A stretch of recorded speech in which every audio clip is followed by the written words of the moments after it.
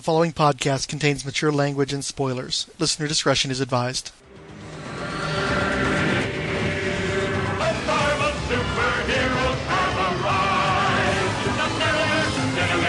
Fantastic Four. Spider-Man, Iron Man, Spider-Woman.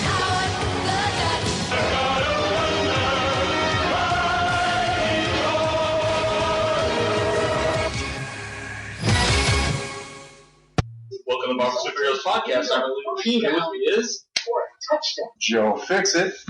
and Diablo Frank. and today we're going to talk about sports science. Yeah, because I'm sure it's not picking up all this ambient noise we've got going here. That is Thor in the background. Your favorite showing up. animated noise.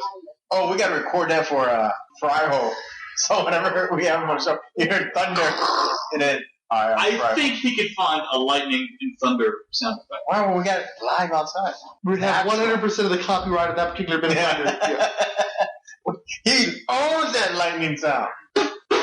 Alright, so we're going to throw an episode on, or what we're going to do? Well, hold on. First things first. You wanted to talk about a whole bunch of shit, Mr. Fixit, so talk about a whole bunch of shit. Okay, like what kind of shit? Herb Trimpe. R.I.P. Herb Trimpe. How did he die anyway? Hard, I think. Right? Oh, man. To lose it at the last minute like that. You know, he was still doing cons up to the last, days. Yeah, didn't we see him at... He was at Amazing Con. I didn't get to go to Amazing Con last year. I think I went to Amazing Con last year. You did, because you told me how awful it was. Oh, okay. Oh, the little shitty one. Yeah. Okay. I thought I saw him. That was the one when I sent you a picture of Rob Liefeld. We were going to prank him. Remember? Yeah. Started yelling at him or something? No. Yeah. So did you get to meet the guy? Or you just look at it from afar? Rob Liefeld? No, Yeah, Herb Trimpe. no, I didn't get to meet him. Rob Liefeld actually had a line. He actually had a line. Yeah, about he 20 had a line when he went to Palooza years ago, too. No, when we saw him, remember he was sitting there whenever you had that art done by, what's his name? Well, Michaels? Ethan Van Cypher. No, Cypher, yeah. Remember? Liefeld was right next to him. Nobody was at his table. And That he was is not true. Yes. No, that is not true. He was busy. Dude, he was showing people's artwork. I remember because I looked Yeah, 'cause the guy came he up and still was can't like, draw hey, feet. Some guy came up and was like, "Hey, Rob, will you look at my artwork for me?" He's never shown his artwork to Rob. But dude, there was not a line of people there. Because I remember I sat there and actually looked at his artwork and go, wow, he still can't draw feet.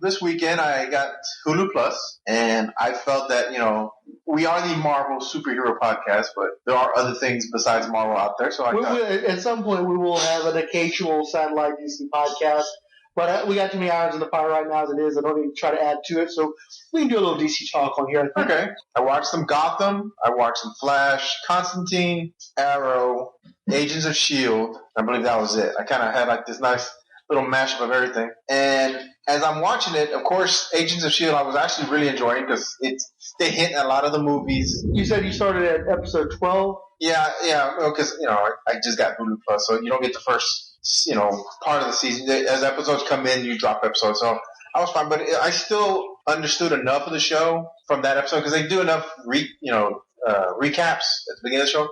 You get an understanding of what came ahead of it. So the story... it's not like really deep, so I'm like, okay, I get it. I'm watching it, I'm enjoying it. I'm definitely going to rewatch the season because I want to catch the first half. You're still bummed about missing Absorbing Man, though. Yeah, but like I said, it'll pop up on Netflix probably in a few months, so I'll watch it then. Oh, wait, is Mockingbird, this is just my opinion. It's Mockingbird. It's Mockingbird. I don't know if it's the comic book Mockingbird, but I think that Mockingbird is the best thing in the show right now. Her name is Bobby. She uses I think they're staff. No, she's intended to be Mockingbird. What I'm saying is, to me, she's the best part of the show. I'm actually really resenting how much time has been spent on Melinda May lately because everything that they used to give to Melinda May, I want them to give to Mockingbird because I like that character so much better than I like. I think she's interesting. I'm actually liking the whole Inhuman stuff. And I'm totally turned off to the Inhuman stuff. Really? It doesn't do anything for me. I like it because they can't use mutants. Well, because it's all about Skye, and I hate Skye still. Right? I don't hate her as much, but I still hate her. I just like the concept of the Inhumans, like the kind of like this hidden civilization that is linked to the Kree, and of course they do the whole thing where the Kree came and experimented on the humans pre-fucking dinosaur, I guess. So it's pretty cool. I'm liking that. What I've seen so far is, I think Marvel so far got it right because you can watch it, and they, I think I saw the episode where a Thor character popped up. I can't remember. Sif. Was it Sif? Yeah, she popped up, and then of course that leads to the Kree warrior who had a tiny little hammer instead of the trying to like play off of Ronan. Yeah, but it's like a little Ronan hammer. But I was kind of like, this is kind of cool because you're watching. You don't have to watch the movies. You can watch the show and still kind of get linked to the movies. Where I watched the DC shows, and like I told you earlier, the only thing that bothered me was it felt so fractured. Like it was multiple universes, and it was just like Gotham felt one way, Flash felt another way. Arrow was similar. Like Arrow and Flash were pretty similar because I know they linked up, and then of course Constantine was like complete opposite of that. And I was just kind of like, how are they like what Constantine? I know they showed a Constantine here. I finally learned to say Constantine. Is it Constantine? His creator, Alan Moore, and apparently all the English people were Constantine. We Americanized it here to Constantine, and I think the show calls him Constantine as well, correct? I believe so. Well, they call him John a lot. Okay, so you read the Vertigo comics. Yes. Is it a Vertigo TV series, or is it the New 52 Constantine? New 52. Okay. Well, So it's more mainstream then. Yeah, it's more PG-13, so they do some kind of fucked up stuff, but like they don't push the envelope with it. Like if they had put it on A&E, I think it would have been a really good show. Because they really could have got dove deep into like Garth Ennis run and all those really dark, fucked up runs. But it's PG-13, so it's not bad. It was enjoyable for what it is. Gotham, I thought it was okay. I think it is way too overhyped. Like I was watching it. Well, it's Batman. Everything Batman is overhyped. I like Batman. I'm a Batman fan, but I was just like, he's a kid. Everyone are kids, and I was like, Gotham babies. Yeah, it was like. Well, my thing is they can't win because you know where it ends up. It's still going to be a terrible, corrupt city by the end of the series because Batman's one who has to come in here and try to fix it. You're going to see all these prototype versions of supervillains that won't turn up for years. So everything's preamble. Yeah. You get no sense of closure with anything with the Gotham. And you know that going in, you're not going to get any kind of closure. All I kept thinking was Kevin Smith had done a podcast on this show already of that TV show. So I was kind of like, wow, it was okay. I enjoyed Arrow. I still think Arrow was probably the better of the shows. Flash. I watched a little bit of Arrow because I caught Arrow though. I want to watch it for the Atom, but I'm already seeing that they ruined the Atom from what I've seen, where they turned him into Iron Man essentially. Oh, really? That's what it looks like to me. I thought he looked like the exo suit. I thought it looked like the exo Yeah, you're right. It does look like it. So, but when he's flying through the city with rocket power and stuff, it's like that's nothing like the Atom at all. That has nothing to do with the Atom. And so that's where you gotta wonder. And everybody knows that they just took Blue Beetle, who they've been building up for previous seasons, had been building up for numerous seasons, and turned him into the Atom at the last minute because the Blue Beetle show. They're trying to do a Blue Beetle show as well. So, so are you saying that DC created their own Iron Man? They basically, it looks like, I haven't watched it. I started watching it, and then I saw what they were doing with the Atom, and now I'm having a lot of trouble getting excited about trying to watch any more of that show. Because, like, the Flash, I thought the cool thing about the Flash was they do a lot of Easter eggs and reverse Flash and stuff like that. And I was like, this is kind of cool. What do you think about Firestorm? I didn't get You didn't get any of those episodes? I only got in about 3 episodes in. Okay, so now you said, is this on Hulu Plus? Yeah, Hulu Plus. But aren't you having to watch the newer episodes instead of the older ones? Yeah, newer ones. But there haven't been any Firestorm stuff in the newer ones? Not that I've seen so far. The last one I saw was they were doing the Reverse Flash episode. I saw that one, and then I saw the one after that. Oh, wait. Yeah, okay. Because this is the one where Reverse Flash and him are fighting, and then apparently the Reverse Flash has some kind of technology on him where he's from the future, and because he fought the Flash, it's drained, so now he can't go back. And I was kind of like, that's kind of cool, but then, I'll have to watch a few more episodes to really pass some kind of judgment on it, which I didn't watch enough, I feel, to really pass any kind of judgment on it. It was enjoyable. I would watch it, but it's just like I said, it felt fractured. I would have really liked DC shows if they were all just a little bit linked. Would be kind of a cool concept. Like they have, their own little universe. It just felt like different universes, and I don't know. Yeah. What's your favorite of the ones you watched, though? Of the DC shows, I mean. I would have to, before I would say which of my favorite, I would need to watch a complete season of the show. I hate people that make that snap judgment of like 3-4 episodes in. Oh, it sucks. I'm like, I don't know, because I mean, I need to watch a whole season to see how they play out the character, how they flush out the character, how they set up stuff, where I can be like, okay, that's a cool idea, or that's just really shitty, like really bad writing, real lazy writing. So I don't want to base any of. The only problem I had was it felt fractured. As far as the episodes, I thought they were all pretty good. I mean, I would watch them if they were on Netflix, and I could, I don't know if I'd binge watch them, but I'd watch them. Find Arthur Curry. Fast. Is Atlantis everything you dreamed of, brother? He needs a code name. Well, online they're calling him Aquaman. Hate that. Aquaman it is. And what about the cartoons? The animated movies so far? Yeah. I mean, I'm not saying like all of them, but like I just watched the Aquaman one.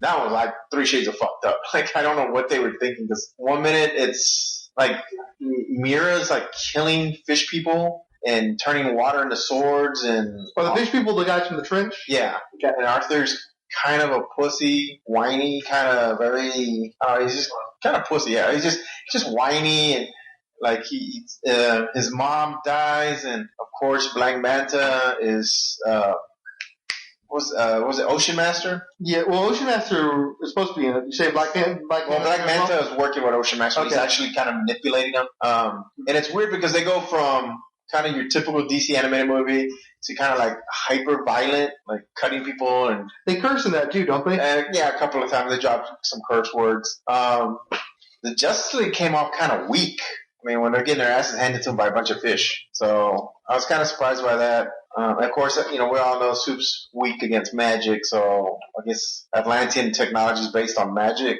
And then, of course, when they attack the surface, and that was weird too, because they show like the Atlanteans killing American soldiers. They're pulling out, you'll see a soldier dead with a spear in them, and that's where it was kind of weird, because it would go dark and kind of, I don't know, it was different. It wasn't horrible, but yeah, it's better than some of the other DC ones. By the way, I own it too. Yeah. Was there anything else related to the DC stuff that we needed to talk about? Tell me, do you bleed? You will.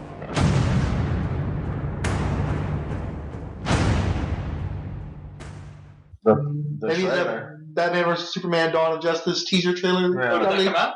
Well, you found the leaked version, so I watched the one that you found first, and then Warner Brothers went and released. Yeah, they released the actual HD version. Yeah. Was it one of those instances where DC had to, or Warner Brothers didn't have to? They were going to release it on Monday anyway, and they figured. But I thought it was going to be released in the theaters. No, they were going to release it online on Monday. That was the big thing, and it was funny to me because they announced that was going to happen, and then somebody leaked the Dawn of Justice, and Brazil. Right, but at the same time, the Star Wars trailer broke, and everybody was concerned about that. They didn't really give a shit about the Batman vs Superman anyway. Oh, I guess you go 50-50 on it. Oh, wait, what? Between Star Wars and Dawn of Justice? No. Out of your fucking mind. That's true. There are more wars in the world.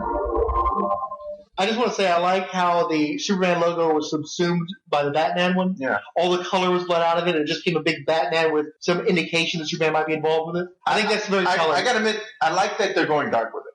I like that they're going dark. Going dark? Don't you mean staying dark? Yeah, they're just staying dark. It seems like this is going to be a darker movie. Dude. When you have False God across the statue like that, that's... My problem is, I want to have... That's 1980s, kind of Superman, Batman storytelling. But my problem is this movie is like the Empire, supposedly. It's in the Empire position. But we never got a Star Wars. We got a slightly lighter Empire, and now we're doing Empire again.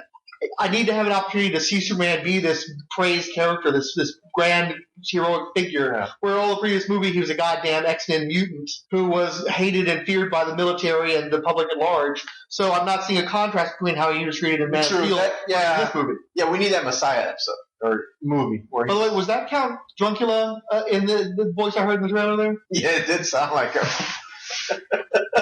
So I think that I'm so sorry about that, man, but you sound like him so fucking much. So it's the Jesse Eisenberg, Lex Luthor. We've got Holly Hunt's character, who's apparently going to be some sort of demigod.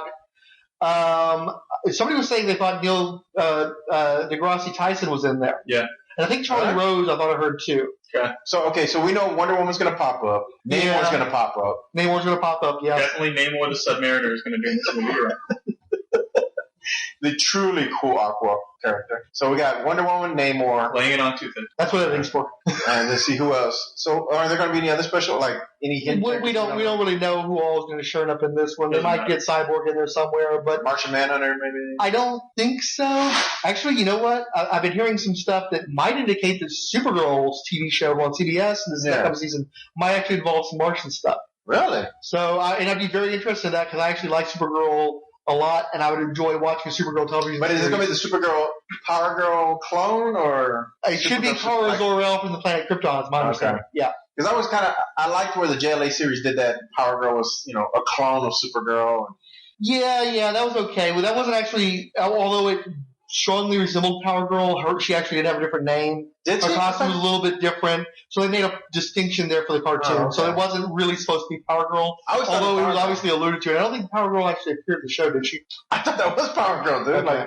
Because I remember watching that. I mean, you definitely had, whenever they fight the clones, you had the Wonder Twins. Those were definitely the Wonder Twins. You had I like the ones where they brought in the American Indian one. Apache Chief. Yeah, I love that. I thought that was really great. I enjoyed them bringing those. And then, of course, he was the one that actually had a heart. But see, my understanding is, for some reason, they couldn't use the actual characters from Super Friends. They had to rename them all and give them new costumes and stuff. Yeah. So you could just allude to it. I don't understand why DC hasn't bought those guys up by now. I just thought it was great. I remember watching it. It was cool, yeah. I remember watching the thing, dude, that's so cool. It's Super Friends. Like, they're here. They're updated. They're kind of cool, and then they turn out to be villains. I'm like, that's even cooler. Well, they weren't not even villains. They're anti-heroes, yeah. Well, they're yeah. I guess you could say that. Yeah. I mean, you felt for them when you find out they're clones and they're gonna die. Like, they have a shelf. It turns out they're Strike Force mortuary and stuff. Yeah, that's kind of cool. My name is Amanda Waller. I have an offer for you. A way to work off your sentence. As it turns out, I have need of someone with your singular qualifications. A squad.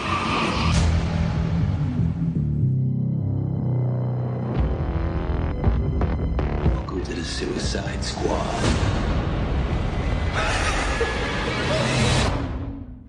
Hold on. We got one more DC. One more DC. Wait, we haven't even talked about the trailer yet. Yeah. So what are you talking about? One more thing. Okay, I'm sorry. Well, I was going to talk about the Suicide Squad stuff, that picture, but okay. What? Oh, the picture of the cast together hanging out? Okay. I look at them and I think of the characters and I'm just like, I want to see my costumes. Like, I really. Yeah. Hey, so Will Smith's probably going to overact and ruin that movie, right? I don't know yet. I honestly, it seems he's Deadshot, right? Yeah, he's going to play Deadshot.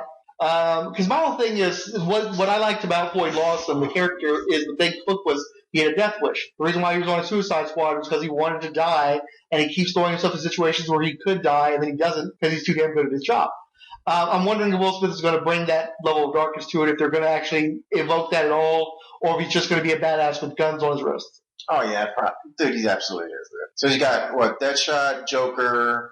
Yeah, I've seen Jared Leto's slow transformation to the Joker as well. And Jared Leto is such a Joker-y actor that should be great. I think that's going to be perfectly fine. That is so his thing. They're playing characters like the Joker, going big like that. That's totally in his wheelhouse. Okay. And what other characters are popping up? You got Margot Robbie as Harley Quinn. I think they think that somebody's going to play the El Diablo character. Don't they have a Captain Boomerang? They've got the guy who's playing Rick Flag. It was going to be Jai Courtney. I think now it's the guy who played Kinnaman from RoboCop is going to be playing Rick Flag. It doesn't matter. That's a super vanilla character, so we don't give a shit about that one. I don't remember all the people they're supposed to have in that movie. That's one of those where that's a great little sleeper movie. Because I have no expectations of it. I have no current fans to see it, but I have no great investment to such a degree that it would turn me off of them making that movie. If they make changes, I can deal with it. It doesn't impact on me very much. So if it comes out and it looks good, I'll see it. If it doesn't, then I won't. Real simple. And Mac was correct. We really didn't talk about the trailer. Yeah. Here's my problem. When I'm watching this movie, what I'm remembering is Zack Snyder's Watchmen. And I remember how freaking hyped I was after Watchmen. That trailer came out with the Smashing Pumpkins song and everything else. And there wasn't much more to that trailer than this trailer. There's actually probably more here with the Batwing flying around and blowing shit up and everything. But instead of feeling excited when I'm watching this, it's like they announced a bunch of people that I really like Jenna Malone's going to be in the movie, and just like there's a lot of stuff that makes me think, well, let me wait and see about it. And I watch that trailer, and it just reminds me of all the reasons why I didn't want to see this movie in the first place. It makes me angry.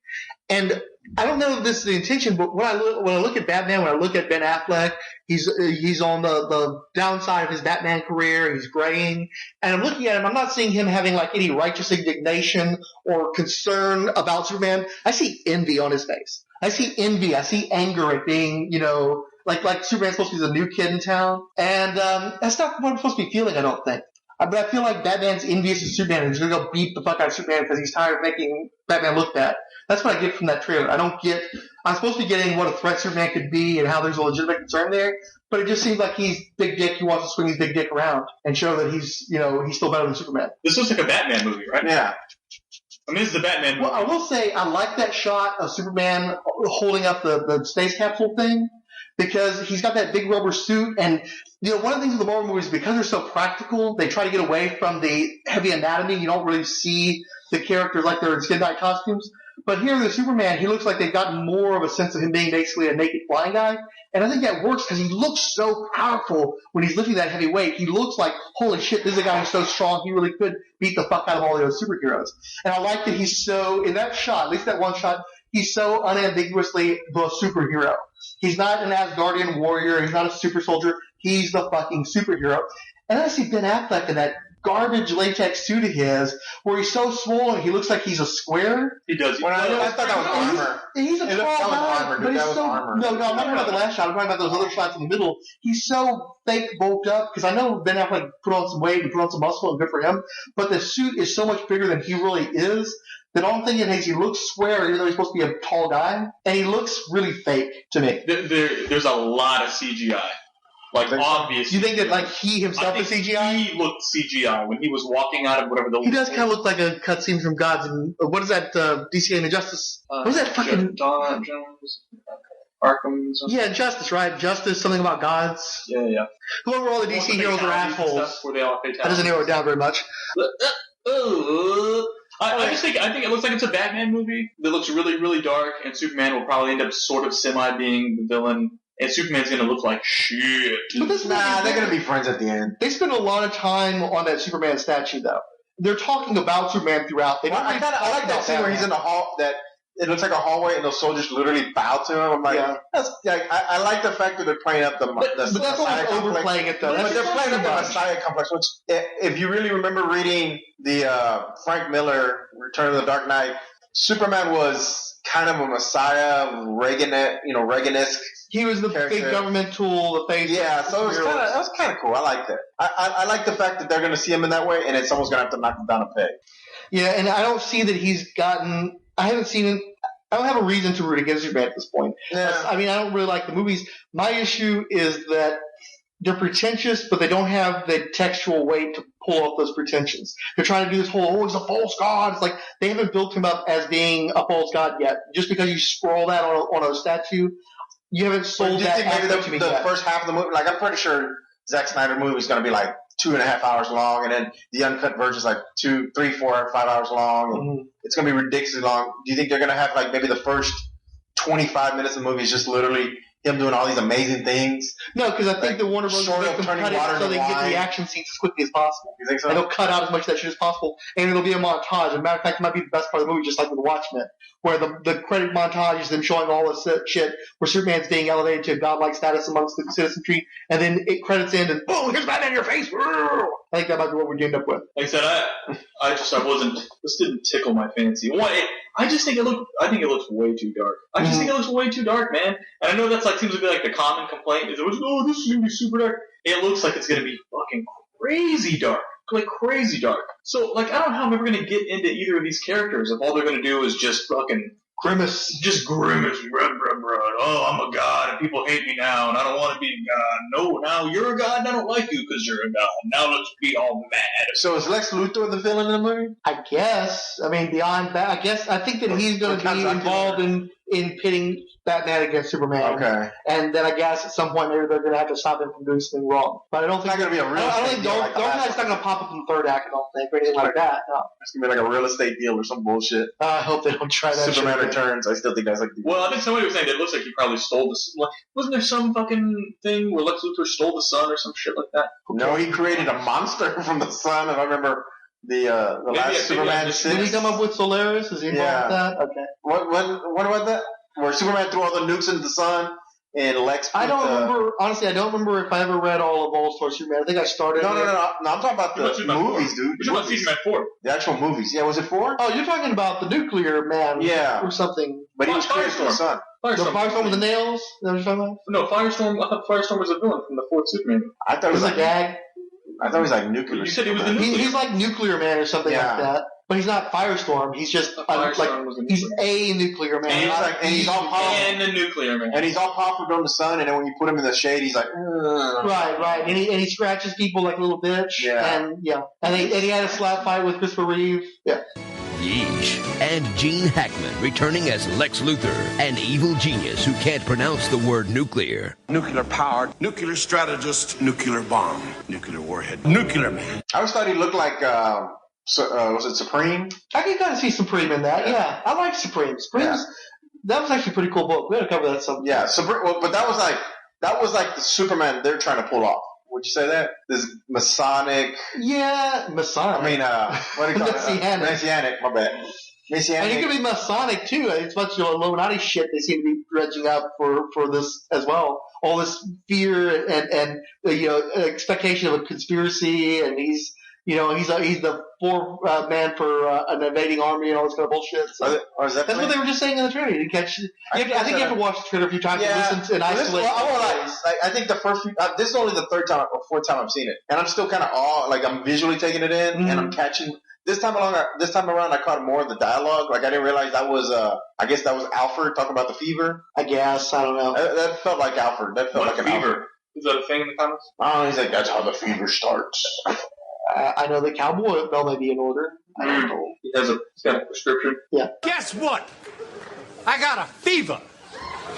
And the only prescription is more cowbell. Is Christopher Walken in this movie? He's like the only guy who's not in this movie, it seems like. They're rehashing Catwoman. They bought everybody and they put him in this movie. I don't know if you can fit everybody in 3 hours. Let's just talk about this real quick. I'm just curious. Your prediction. Avengers 2, Star Wars. I know you don't want to talk about Star Wars, but we have to throw it up because it's going to be one of the big movies. Yeah. Batman versus Superman. Well, Batman versus Superman is in 2016. Okay.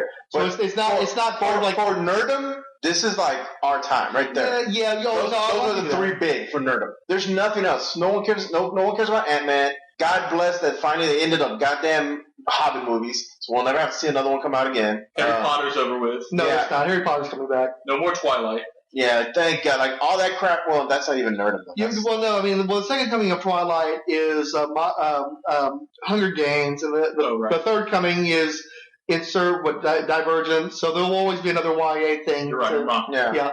And as far as Harry Potter's coming back because they're going to create new stories. Some monsters. The Guide to Monsters, whatever that shit is. Yeah. But I'm saying for nerdom, the three big are Avengers 2, Star Wars, Batman versus Superman. Well, I don't know. They got to have a trick in there somewhere for it to be a true wet dream for all the nerds. But Star Wars, I think, probably is going to be the biggest thing. That's hands down the beast. Like that's going to be. Well, the problem with Star Wars though is it's going to get released at Christmas time, so that means while it'll make a lot of money, some of that money's probably going to be in 2016. So that'll diminish how much it makes in a competition like for the year. At the end of the year, I think Age of Ultron is probably going to end up being the big winner money-wise. I think it's going to hit $1 billion faster than Fast Furious 7. That god-awful movie. Which one? One last ride. Get low when the whistle goes. Now we talk.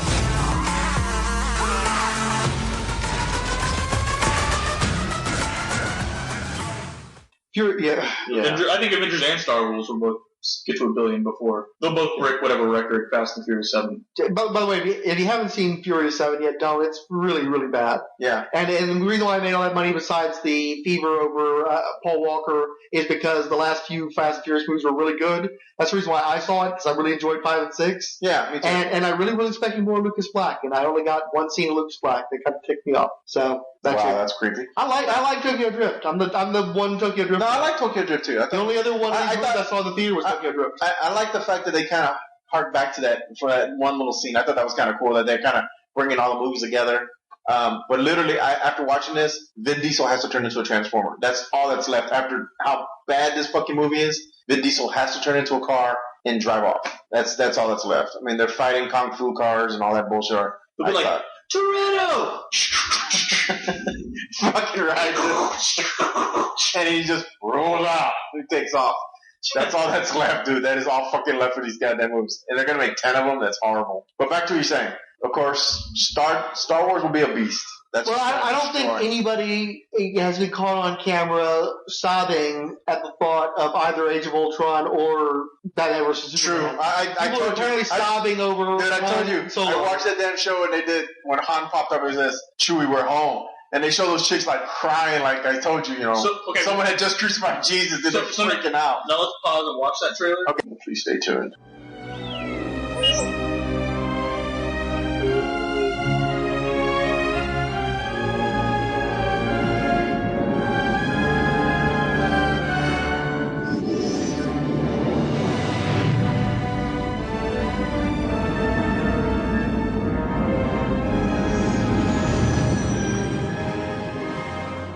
Okay, you heard that Marvel has taken back the Star Wars license, right? No. Tell me more. Okay, Dark Horse had it for like 20-some-odd years, helped keep it alive, and now that Disney owns it, they're like, fuck you, ganked it back, and they're putting some pretty big names on the Star Wars properties, but I don't have any cares for Star Wars anymore. Do you? No. Okay.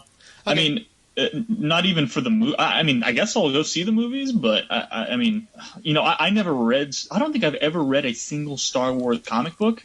Like, I don't know. I just never was into seeing the expanded universe of that. Princess Leia. I don't need a Princess Leia miniseries. You know what I mean? Like, I don't get it. I never got that. Well, I think you were a little too young, too, because Mr. Fixit and I grew up with those movies hitting the movie theater, and at a time when there was nothing else like Star Wars. And what's worse is we also saw a whole bunch of stuff that came out in its wake that wasn't half the movie that Star Wars was, but that created that strong interest for us. And then by the time, you started seeing the movies, they were oldies, and there was a lot of other good stuff that had come out. They'd finally had movies up their game enough to match Star Wars to some degree. And then, of course, we all saw the prequels together, and that was a harrowing experience. Unfortunate. Because of the prequels, and just because I've gotten tired of Star Wars fans to some degree, especially when I was at the shop, I had a lot of people that were just had a religious zeal for those movies, burned me out on the properties, all those characters. I've heard some interesting stuff about the new movies, but I'm not going to be excited until I see some footage that motivates me to check that stuff out. Yeah, I mean, a lot of the wow of those movies was the special effects, and special effects. I mean, I just left Planet of the Apes, and the effects were just amazing in that movie. They were terrific, especially for so much CGI being the focal point of the film. I mean, well, none of those apes were real, right? They were all CGI, weren't they? I believe so, but you couldn't. I mean, I honestly couldn't tell you for sure. Whereas normally, I would say yes, for sure. That is 100%. Yeah, it makes me flash back to like Van Helsing, where there wasn't a single scene of that movie that you couldn't tell was CGI, and now you've got these real environments or very real-looking environments. If the environments were fake, I'm totally blown away by that movie. But all those armies of apes had to be CGI, or the majority at least, and completely realistic, completely bought into it. Completely immersed in that world. The bar is so high now. Yeah, it's just not. And remember, the prequels were supposed to be that. Remember, they were like, oh my gosh, they spent all. And I never saw anything in those prequels that was jaw dropping. No, it was still fairly fake. I don't think the technology was there yet, even at that point. And they just were too reliant on sets and CGI. Everybody looked like they were on a stage interacting with video game aspects. Yeah. So I don't know how much, these new movies are, I don't know how amped up I'm going to get for them. I'll go see them, but well, maybe. I might go see them. Storytelling-wise, the bar is now very low. Chewie, we're home.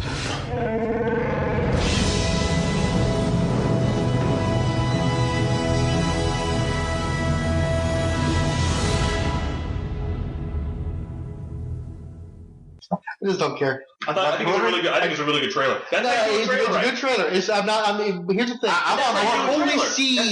I totally see where people get excited. I don't care anymore. But I totally see why people would. I totally get it. But you've been kind of anti-Star Wars for a while. So I just don't care anymore. Yeah. But I totally get, as far as comparative trailers, that's a great trailer. The other one, not so much. That's a pretty awesome trailer. It totally plays with my emotions.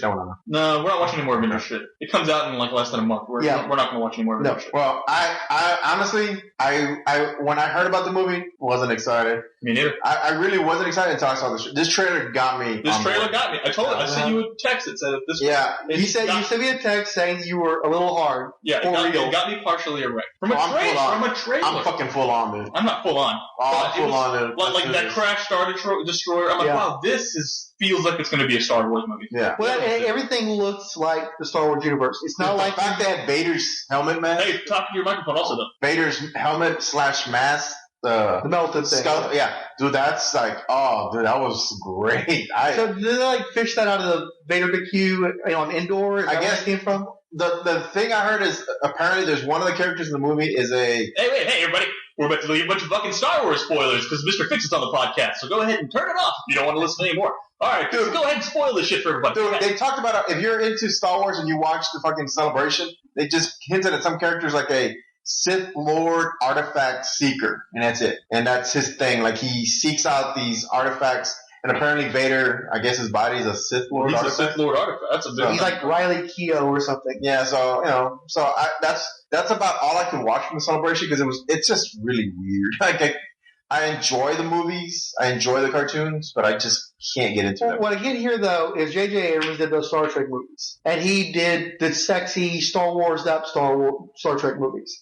And I'm watching this, and it's like, wow, that looks like something Lucas would have done back in the 70s and 80s. It looks like it looks like the classic Star Wars movies, but that's just it. It has such a fidelity to the look, to the tone of those films that it's practically pornographic. It fetishizes that material. So the people who love that material are probably going to love the shit out of that movie because a guy who feels just like they feel is making the damn thing.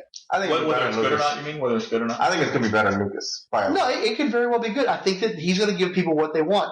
As a Star Trek guy, I didn't really get what I wanted from the Star Trek movies. Really? I enjoyed those quite a bit. They're okay. No, they're not Star Trek. They're good action movies. Yeah. They're lousy Star Trek movies. Well, are you talking about Star Trek or Generations? Because I know y'all are weird about that shit. Like, I like Generations more than the original Star Trek. I thought You mean the Next Generation? Matt's favorite is the Next Generation. Next Generation was better than the original Star Wars. There's a reason why the original Star Wars ended up getting canceled in 2 or 3 years. And Star Trek. I was going to say, Jesus Christ, we're talking about something. Yeah, not the Generations movie. That was awesome. Yeah. No, but I'm talking about like in terms of story and characters. Next Generation, I enjoyed that more. Now, for the Star Trek. Well, here's the thing, though. If you like the original Trek, Next Generation didn't look like the original Trek. It did a lot of the same type of stuff, and probably for similar budgets, but they made a point of making it more modern and more sort of realistic. So what didn't have the bright primary colors of the 1960s stuff. The thing is that Star Trek had evolved through the movies as well. They didn't look the same throughout those movies. That's part of what Star Trek is about, is that progression, where Star Wars is more of a fantasy, and it's more about getting that exact same look and feel as the original movies, which is why I think so many people hate the second trilogy, because none of the characters they love are in there. The look of the movies is different. And then you look at that, and this guy's clearly slavishly tried to recreate what those movies were like, seeing them in the 70s and 80s. So if you're a fan of that stuff, you're going to get what you want from this movie most likely, because he's giving you exactly the same type of thing. Some of those shots were just fantastic. I mean, the Millennium Falcon flying through the port engine of the destroyer. I mean, that's just. I remember you and I. We went to go see Serenity, and at the very end of Serenity, you and I did not see Serenity. I saw Serenity at a dollar show after it had already almost completed its theatrical run. You saw that with somebody else, man. Oh no, I know. Well, no. I saw. Yeah, no. But we talked about it. Okay, well, I remember you and I talked about it, and we talked about how at the end of Serenity they had that great battle between the Alliance and what the crazy fat shit. Oh, the Ravagers. And Reavers. And I remember you said the exact words you told me was, "That's what Star Wars lacked. That kind of battle." And it was a short fucking battle, but it was intense. The size invested in it. Oh yeah, I mean, just you see these two giant armies come at each other, and then all of a sudden the Reavers go nuts and are connecting ships and spinning out of control. Mm-hmm. And of course, the Firefly or the Serenity's flying through it all. And I was saying that, and when you said that to me, I was like, you know what? When I think about all the Star Wars movies that I've watched, the prequels sucked because they made no sense. It felt more of a money grab. And of course, Empire was good because Empire had that scene. You had the rebels, and you had the AT-AT walkers. And you had that small battle, not as good as in the movie Serenity, but you had that feel to it, and that's where I think anyway the Star Wars guys, people that I hang out with, when we talk about Star Wars, they talk about Empire. That's the one they love. That's the one they like, and I think you're hitting it right there on the spot, I guess, where he's gonna recreate that, but just better. Like it's just gonna look sleeker. It's going to have lots of that one scene over and over and over. Well, I mean, no, it's not just going to be one scene, though. That's the thing. I think he's going to do – it's about fidelity. If you're a Star Trek fan and you watch the J.J. Abrams movie, those are movies about a guy who doesn't quite get Star Trek, trying to fix them. He's not trying to fix Star Wars. He's trying to give you exactly what you want from Star Wars. As a fan, as somebody who studied extensively how George Lucas shot, how Steven Spielberg shot, and he's going to give you that same type of movie, that same feel. He's a fan, and it's clear because he has such fidelity to the original movies that, you have that clear continuity between one set of movies and this new set of movies. Where with the prequels, Lucas was playing with all the new CGI toys. Yeah. And he was playing with toys that he had already clearly lost interest in. He was doing it, you really got the sense of it being rote. Like, he felt the need to finish what he had started. And so he's tired, and it's his toys. He doesn't have the love for them, and he doesn't understand how other people see them. Where J.J. Abrams is coming in here, he knows exactly what you want to see, and he's going to give that to you. It's going to be Star Wars porn. Whereas with Star Trek, he just didn't get it, and so he did what he liked to do, and he included Star Trek characters in that mix. But it didn't have the feel. There were underlying concepts, underlying methodology to how the Federation approached problems versus what they did in these other movies. It's a fan is directing these movies. A guy who kind of likes Star Trek directed those other movies. Hey, is Mark Hamill in this movie? Yeah.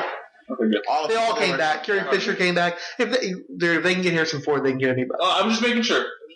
Well, because at Celebration, they had them all standing on stage. Of course, Harrison Ford, because he just crashed the fucking plane, couldn't be there. But they had them all on stage, and man, they've aged. Like Carrie Fisher was there, Mark Hamill. Of course, we all met Chewbacca that one year. Oh, Peter Mayhew? Yeah, Peter Mayhew. He was there. It was crazy because they were talking about how like people waited like 2 days in advance to just get there. I think the auditorium held 1,000 people and was sold out. And J.J. Abrams and some other producer bought like $1,500 or $15,000 worth of pizza so that those people out there could eat because they're just sitting there outside a building waiting to get in just to hear about this. And then they brought out the droids and they were talking about how a lot of what you're going to see are practical effects, how they felt it felt better for the actors to react to an actual android instead of a CG. But I respected that. I thought that was neat. Yeah, like their whatever fucking R2D BB-8 fucking whatever bullshit it is. Yeah. They're like real like props. They're not X's on a stick where they're like, hey, look at this stick. Yeah.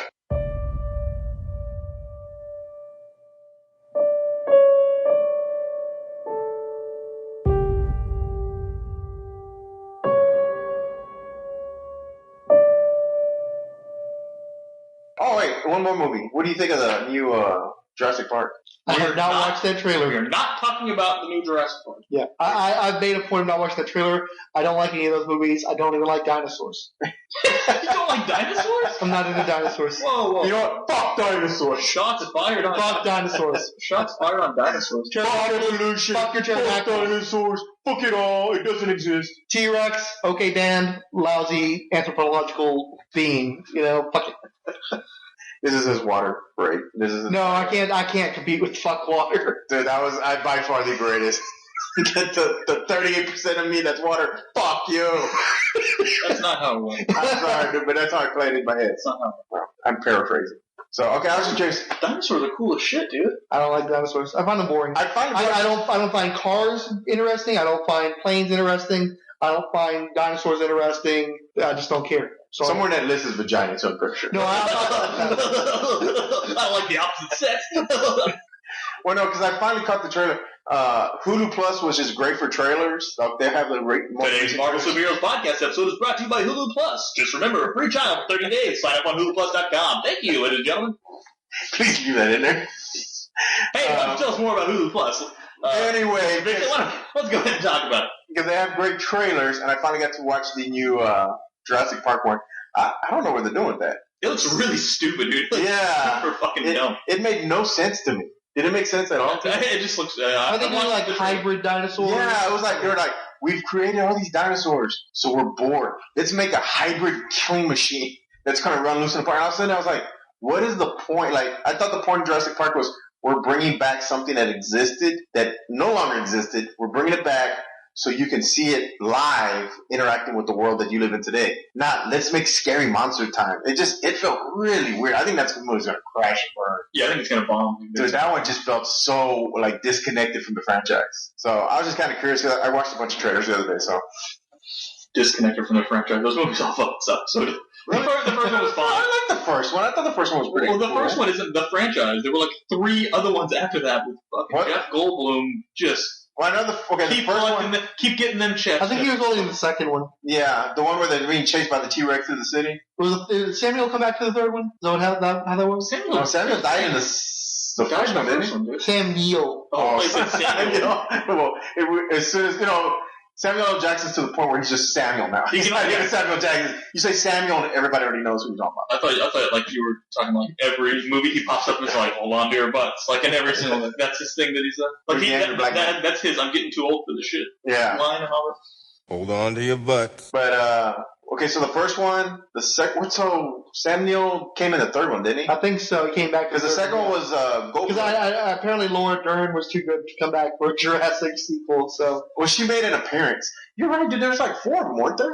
Dude, there's like they got like super low budget because CGI got like cheap to do. So they're like, oh shit, we can just keep cranking these movies out, and they just cranked out a bunch. They just did 3. No, I think there's more. I think there's 4, and this is the 5th. Because the last one I remember is they had that super dinosaur, and it had none of the original characters from the movies. I saw Jurassic Park in the theater, period. I didn't care about that. The most memorable part about that was that I sat in an anthill afterwards waiting on a ride, and I had all these bites on me, and I had to soak into like a special bath because I got sick from all the ant bites. Oh my god, dude. That's why he hates dinosaurs. You can't, dude. You can get sick from ant bites. Yeah. That's serious. Dude, but that's why he hates dinosaurs. No, I hated them going in. My ants after watching them. I only went because I was a teenager and somebody else was paying. Dude, I remember when Jurassic Park came out, the big deal at the time was there was a theater in Houston that was showing it on like 7 screens, 24 hours a day. Hey, we're wrong. You could go There's anytime. only 3 of them. You sure? Or rather, I'm right and you're 2 are wrong. I like it better that way. You're probably wrong too about something. Well, there was a theater showing it for 24 hours, so a guy who was like, it's 4 a.m, let's go watch Jurassic Park, I'll pay for it. But we're like, okay. We went to dinner. Sure. Dude, there was people watching fucking Jurassic Park at like 4 a.m, so we watched it, like on a Thursday. Clever girl. Clever girl. That's the line from Jurassic Park. That's the line from Jurassic. Yeah. There's this line where because the Velociraptors, they don't attack you from the front, they come from the sides, so one of them will distract you. And He's actually crying. There's one of the guys. One of the guys was like the guy. There's that line where glass shakes and water. And then there was the ripples. Yeah, the ripples. Yeah. And then there's the scene where Jeff Goldblum, his cadence, the way he spoke was all weird. How has there not been a movie where like Jeff Goldblum and Christopher Walken are like brothers? Oh my god, that'd be awesome! And it's like and it has to be 2 hours and 45 minutes long. It can't be a quick like hour and 20-minute movie. I want it to be 2 hours and 45 minutes long. Dude, they can get Jeff now, dude, because he's pretty desperate. He's doing like condo commercials or some shit for like an apartment.com or whatever. I'm Jeff Goldblum. Ouch! You must be the fashion model who answered my ad in the Penny Saver. Welcome to my abode. Come in, please. Wow, my wonderful one. I see you received my message. You have come to retrieve your mail. You look so lovely. It is as if Michelangelo sculpted you by hand, then kept you for himself in a closet to visit on lonely nights. Would you care for a glass of champagne? Eh? Whether you're working on your signature fragrance, improving your attack speeds in your home dojo, or setting a romantic mood in your music room,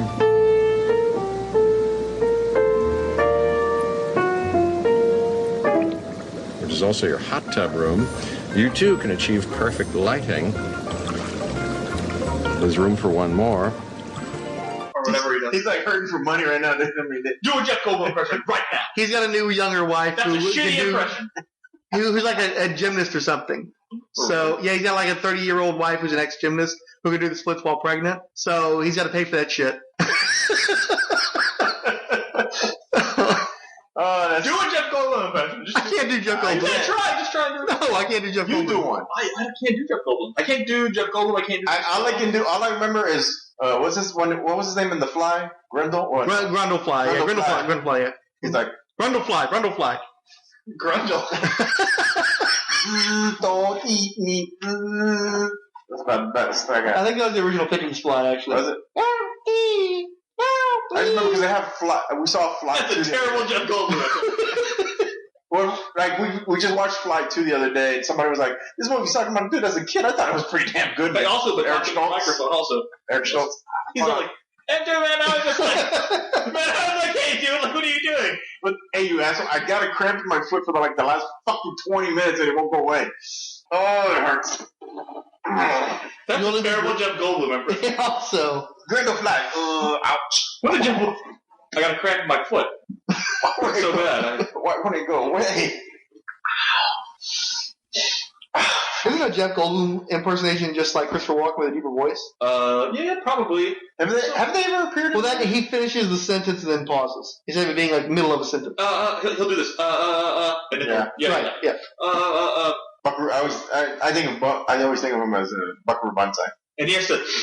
He wasn't actually Buckaroo Banzai. No, he was a character. He was the cowboy. Because RoboCop was Buckaroo Banzai. Yeah, Peter Weller, who was in Star Trek that you didn't like. Yeah, he wasn't that one. I haven't He was seen the admiral that went like batshit crazy at the end. I still haven't seen the second one actually. I've got it recorded. I started watching parts of it. It is rather gone. No, the new one. The new second. Yeah, Game of Shadows. Star Trek Into Darkness. Game of Shadows. Performance of the song F the Police will not be permitted. They try to tell us what the fuck we can't play. This NWA. Yo, Trey. What up? I got something to say. Hey, did you see that Saturday Night Live skit? Which one? Where they did, they were talking about like the different parts of Game of Thrones, and then there's a new part called Comptonian, and it's like they're all black characters, and they have Ice Cube, he's ruling it. They actually got the one of the characters from Game of Thrones, Lannister. What's his face? Jamie Lannister. Yeah. He actually shows up. He's like, "Don't hate the Slayer, hate the game." Bullshit. Dude, it's hilarious, dude. And Ice Cube does this thing where he dresses like a character from the show, and he's walking by and he goes like this to him, and he actually pulls his coat aside and shows off the sword, like showing off his gun. Yeah. And they're all doing the stereotypical black movie scenes, right? But in Game of Thrones. Oh, I thought it was good. I was laughing. I want to check it out. Hey, are we going to see Straight Outta Compton, by the way? Where would I catch a? Hulu Plus. Oh, Hulu Plus. Hulu Plus. Hey, we might have a sponsor that if we say it enough times. I'm pretty confident Hulu Plus has bigger fish to fry than the Marvel Superhero podcast. And plus it's not ABC, so I think there might be an issue there too. Are we going to see Straight Outta Compton or what? Maybe. I don't know. What'd you think of the trailer? That's one of those movies that it's based off the myth and not so much factual. Sure, but that's okay. That's like, I've seen enough Dre walked on water one time. He was so high, he just walked across the pool. So they're going to be put that in the movie type shit. You know Dre's kids playing Dre, right? Not Dre, sorry. Ice Cube's kids. I forgot about Dre. All the actors, those are their kids. The only one is Eazy-E. His kid's suing the movie because he didn't get a part in the movie. Sounds about right. So, I mean, it's not on my, oh my god, I gotta go see it opening weekend. Hey, does Ice Cube have anything to do with like the production of the movie? Probably. They all do, right? Yeah, that means it's gonna suck, dude. Ice Cube, he did a ESPN 30 for 30. You told me about that, about the Raiders. On the Raiders. And it was like the worst shit I've ever seen in my life. And it was terrible. Because it was all about, like, man, these players, it was like the Raiders, and it was like, NWA. And the interview a player, he'd be like, no, we didn't listen to rap. We were in our 30s when rap was coming out, so we had the music to listen to. And then it cut to Ice Cube, like, see, they totally, liked rap and stuff. See, you couldn't have Raiders without NWA. You couldn't have NWA without the Raiders. They come back to Raiders. No, we were just football players, didn't really listen to any of that stuff. But yeah, they wore our jacket, and then it's like he was trying to hype it up, make it all, and it's just like, no, it's just not. That's what I'm afraid the movie's going to be. It's going to be a bunch of them sucking each other's dicks for the whole fucking movie, and you're going to be like, there's no way it was. Like, show me the fucking struggle of how you got to become NWA, and instead of think they're going to romanticize it, like they were just fucking awful. But let's remember, Ice Cube's parents were like college professors. It's not like he was down for the struggle. He just happened to meet these guys that, I think Eazy was the original, like, straight out of the hood type guy, and then they all kind of gravitated toward him, and then NWA came up. I don't know. It's going to be one of those myth movies where it's all based on hearsay, and I remember it happening this way, and it's, it's... I'll see it. Maybe. I don't know. We should probably start from the Daredevil thing now. Yeah, probably. Hulu Plus. By the way, I finally saw Kick-Ass 2. That was not a strong movie. Oh, it sucked. It was pretty fucking lame. Slott. I like his... Start back from where you just said. Who do you like right now? Oh, Dan Slott, dude. I've been reading his Superior Spider-Man stuff, and at first I thought, oh, this is gonna be kind of stupid. It's gonna be goofy. Dr. Oxbrain. But when you read it and you see how he fucked up his life, and then you come back and then Spidey's back, because I actually haven't read the last trade, and I picked up the current stuff right now. So I've been reading. I really like him. I like Matt Fraction. Yeah, I just want to throw in the only time in my adult life I've ever been tempted to read Spider-Man books was Dan Slott's Superior Spider-Man. Really? Because everything I heard about that, it sounded really cool. If I were into Spider-Man at all, even a little bit, I mean, I could barely even bring my ass to the movies. Now you're recording. Now he needs to be closer to the mic. See, this is what I was fucking saying. We're going to start recording, and you haven't. He's trying to talk to you, but his fucking microphone. Leave him alone. Let him talk, motherfucker. The leveler does a lot of good. So anyway, so yeah, the only time in my adult life I can barely bring my ass to the Spider-Man movies. Did you read the first trade yet? Have you read the first trade? Superior? Yeah. I've actually sat down and read nothing. I've only read about it and read individual pages like previews and stuff. I will bring you. I have the first trade only. That was the only one I bought, and then the rest of them I got loaned to me. Yeah, but I don't want to get that started. Really? I'm just. Actually, it's on Marvel Unlimited. Yeah, so if I want to, I could dig into Yeah. that. I'm not jumping into Spider-Man stuff. I'm just saying that as a guy who doesn't have an interest in Spider-Man at all and hasn't for a long time, that's the only run that's ever tempted me to maybe go ahead and try some Spider-Man stuff again. But see, this is where I was just thinking about this because I've been doing a lot of reading. Marvel has really stepped up their game with their stable of writers. Matt Fraction, I actually enjoy his stuff. Really Crystal Gage, I think that's Christos Gage. I really enjoy his stuff. Yeah, that's a guy that they got from DC too. Yeah, and then you got Dan Slott. Fuck Michael Bendis. I'm not a big fan of his. He already shot his load a long time ago. I'm actually hearing though his X-Men stuff is good. And, really? And the thing is, Bendis is an X-Men style writer. He should have always been writing X-Men. I think that if he had been writing X-Men instead of fucking up the Avengers, because he never had any business doing that book, I would like him better. Okay, Avenger stuff. Yeah. His X-Men stuff is good. His Guardians is garbage. I was actually talking with somebody the other day, and they were supporting his Guardian stuff. So okay, that person should be beaten.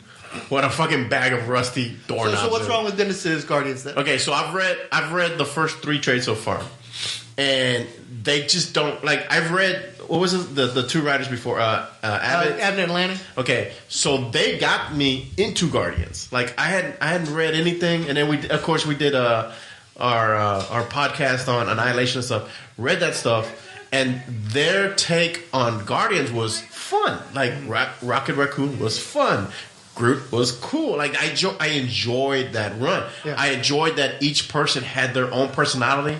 They mixed, but sometimes they didn't kind of clash. Well, that's it like just what we're worked talking really about well. with the Nova miniseries, because I haven't gone as far into the Guardian stuff as you, obviously. Yeah. But what we really liked about Nova was how, even though Quasar and Nova are kind of similar, they had different voices. Yeah. Everybody had different voices in that book, and I was hoping that would carry on to Guardian. You're saying it. Yeah, it did. Absolutely did. So I haven't heard enjoyed anybody say that Bendis was as good as Dabnett and Lanning.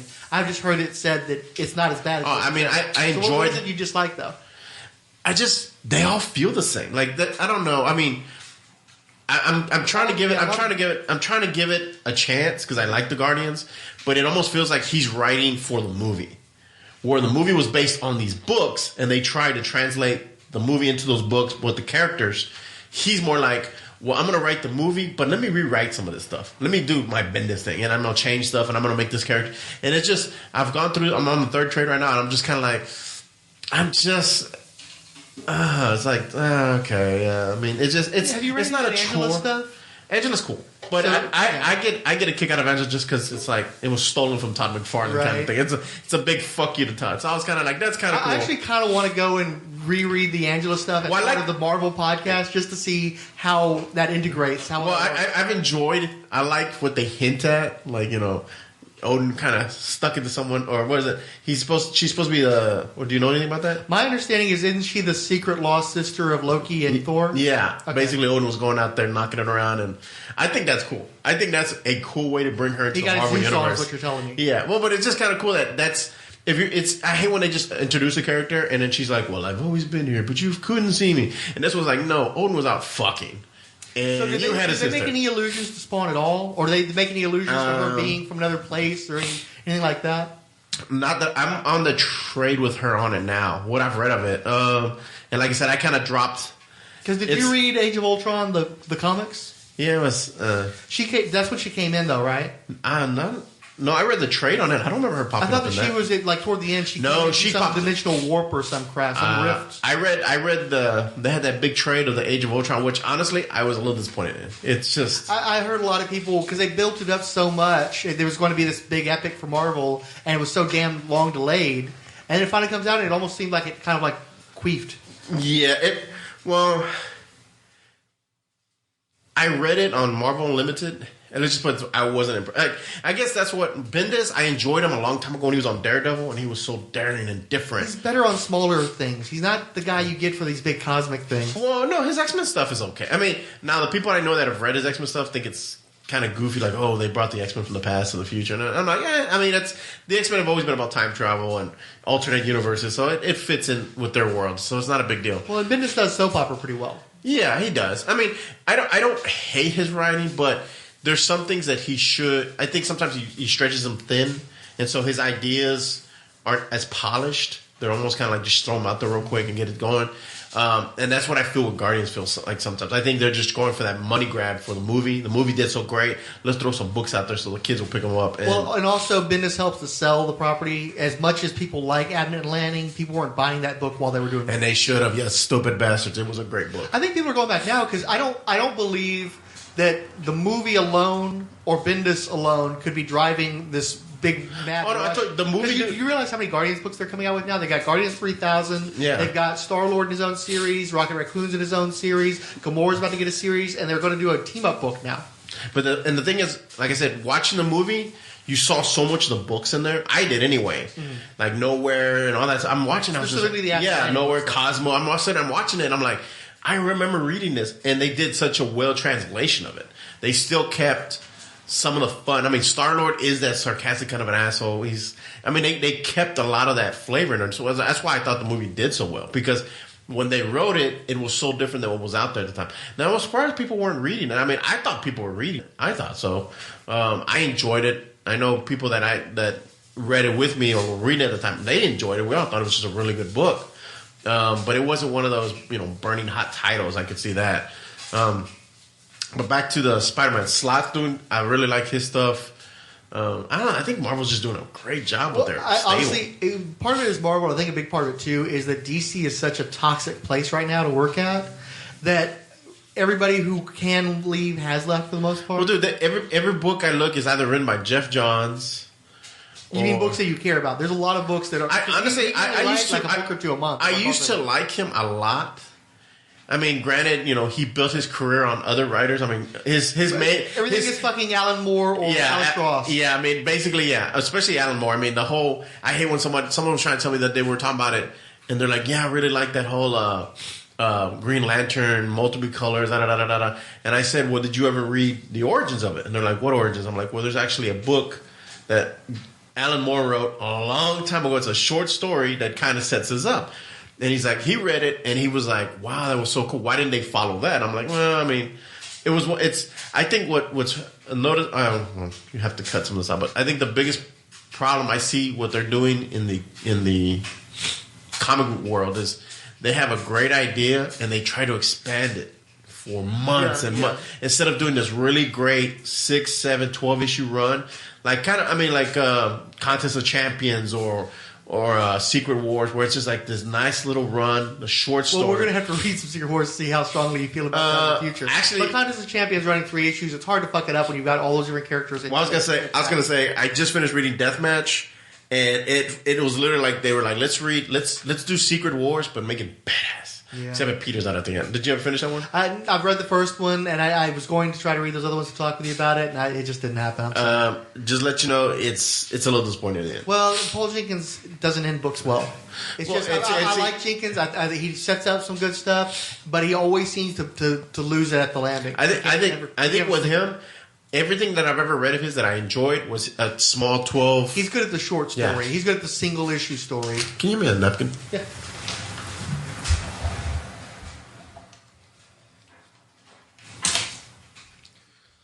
I was about to sneeze. I don't want to sneeze on the mic. I did buy a spittle guard though for the guests. Oh, really? Because I didn't want to get another foam deal because I figured if they're spitting on it, then it's just going to get trapped in there and it's going to be different people's spit. So I got a guard. Well, you need to buy a can of Lysol. And every week, so you things up and just spray Lysol. Well, but that's why I make sure that only the people that use the mics. It's yours. It's mine. It's his. So. You still get AIDS from yourself. You can still get AIDS from yourself. Is that right? The what? I don't think. Gotta watch that Ebola. Yeah. Oh God. I'm so tired. I'm over Ebola. I think all the Ebola stuff. I'm so over it. Yeah. Well, people finally realized that it wasn't so easily communicable. So I even have to walk back my criticism of all those nurses that went on trips because it's like, well, yeah, because they weren't. It wasn't an issue for the most part. Maybe the ship, but everybody gets sick on the ship. You know, if you're gonna get on a fucking Caribbean cruise, whatever the fuck it was, you just have to expect you're gonna get sick. Better. Feeling better now. Ooh. So we're going to talk about the trailer because that was a fucking awesome trailer. Okay. Well, we can talk about the trailer. Yeah, go ahead and before we talk about the trailer, hold on. We already talked about the trailer a couple episodes ago. But did all of us talk about it then? No. Huh? No. The food will be ready in 5 minutes. Cool. Okay, you talk about a trailer and now I'll queue up something else. Is it Howard the Duck going to queue up? Why would I start Howard the Duck before we eat, man? No. I get like this sometimes. Oh, okay. Yeah, no, it hasn't. I just get like this sometimes. I sneeze for like 10, 20 times. And I'm then, the same way. Yeah, and then it'll stop. And then it stops, you don't sneeze for forever. Yeah, pretty much, yeah. I'll go like months without sneezing. And then I don't go months without sneezing. I do. Dude, you need to go to the doctor if you're going months without sneezing. Yeah. Months? Dude, months. I'll go. Dude, it's been at least 2 or 3 months since I've sneezed. And then it'll hold up, and then all of a sudden, I'll get this urge, and man, I'll sneeze until my nose bleeds. Oh, that's right. You get sneeze and hiccups all the time. I don't get the hiccups that often.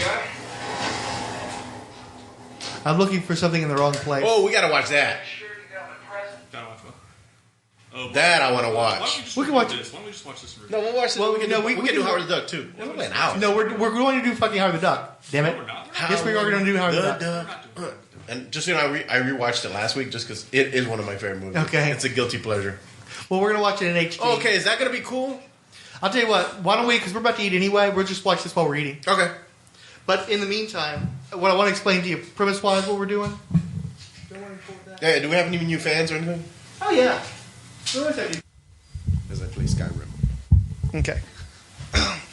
It's an interesting podcast, that Howard the Duck. That one, I swear to God, that was one of the toughest ones I've ever had to edit. Really, why? Because one section will be playing on the screen while we're talking about another section, and then it won't fit because we haven't talked about something else yet, and I'm trying to put the discussion into chronological sequence so that we're kind of following the movie. But we talk about the movie first, like editorialize and do the critique, and then we talk about the plot of the movie, and we're doing it at different times in different ways in different sections. It took me forever. I thought it was going to be a simple one to edit, and every time I thought I was going to close it up on Thursday, thought I was going to close it on Friday, I didn't close that shit out until Sunday afternoon. Because it was so hard to figure out how to put it together properly. Plus, there was a lot of sound bites, so trying to find the specific ones I'm looking for, Too many sound bites. Huh? Too many sound bites. Sorry, buddy, but I needed that for the transitions because we were jumping around so much. What did our listenership think? They liked it okay. It wasn't like, oh my God, it was a great thing ever. But people were like, oh, Howard the Duck. Talking about Howard the Duck, yeah. No, people were like, oh, I loved Howard the Duck as a kid. Yeah. Thank you guys for actually, giving it a fair shake and that kind of shit. Yeah. Okay. I want to see that again. So yeah, it did okay. We've definitely had worse. So We got a pretty decent response to that last one, just because people are talking about was it the movie stuff that we were? Yeah, the movie stuff. Well, those are always good. Those are cheap hits. Yeah. Because it's a versus podcast where you're matching up. Mm-hmm. We're comparing, so everybody automatically will want to hear that. And chime in too. Mac's gonna be Mac. I will make the fuck fun of your shitty character. You have to know. If you're an Aquaman fan, you have to know. That's all my point. Be real about the characters you like.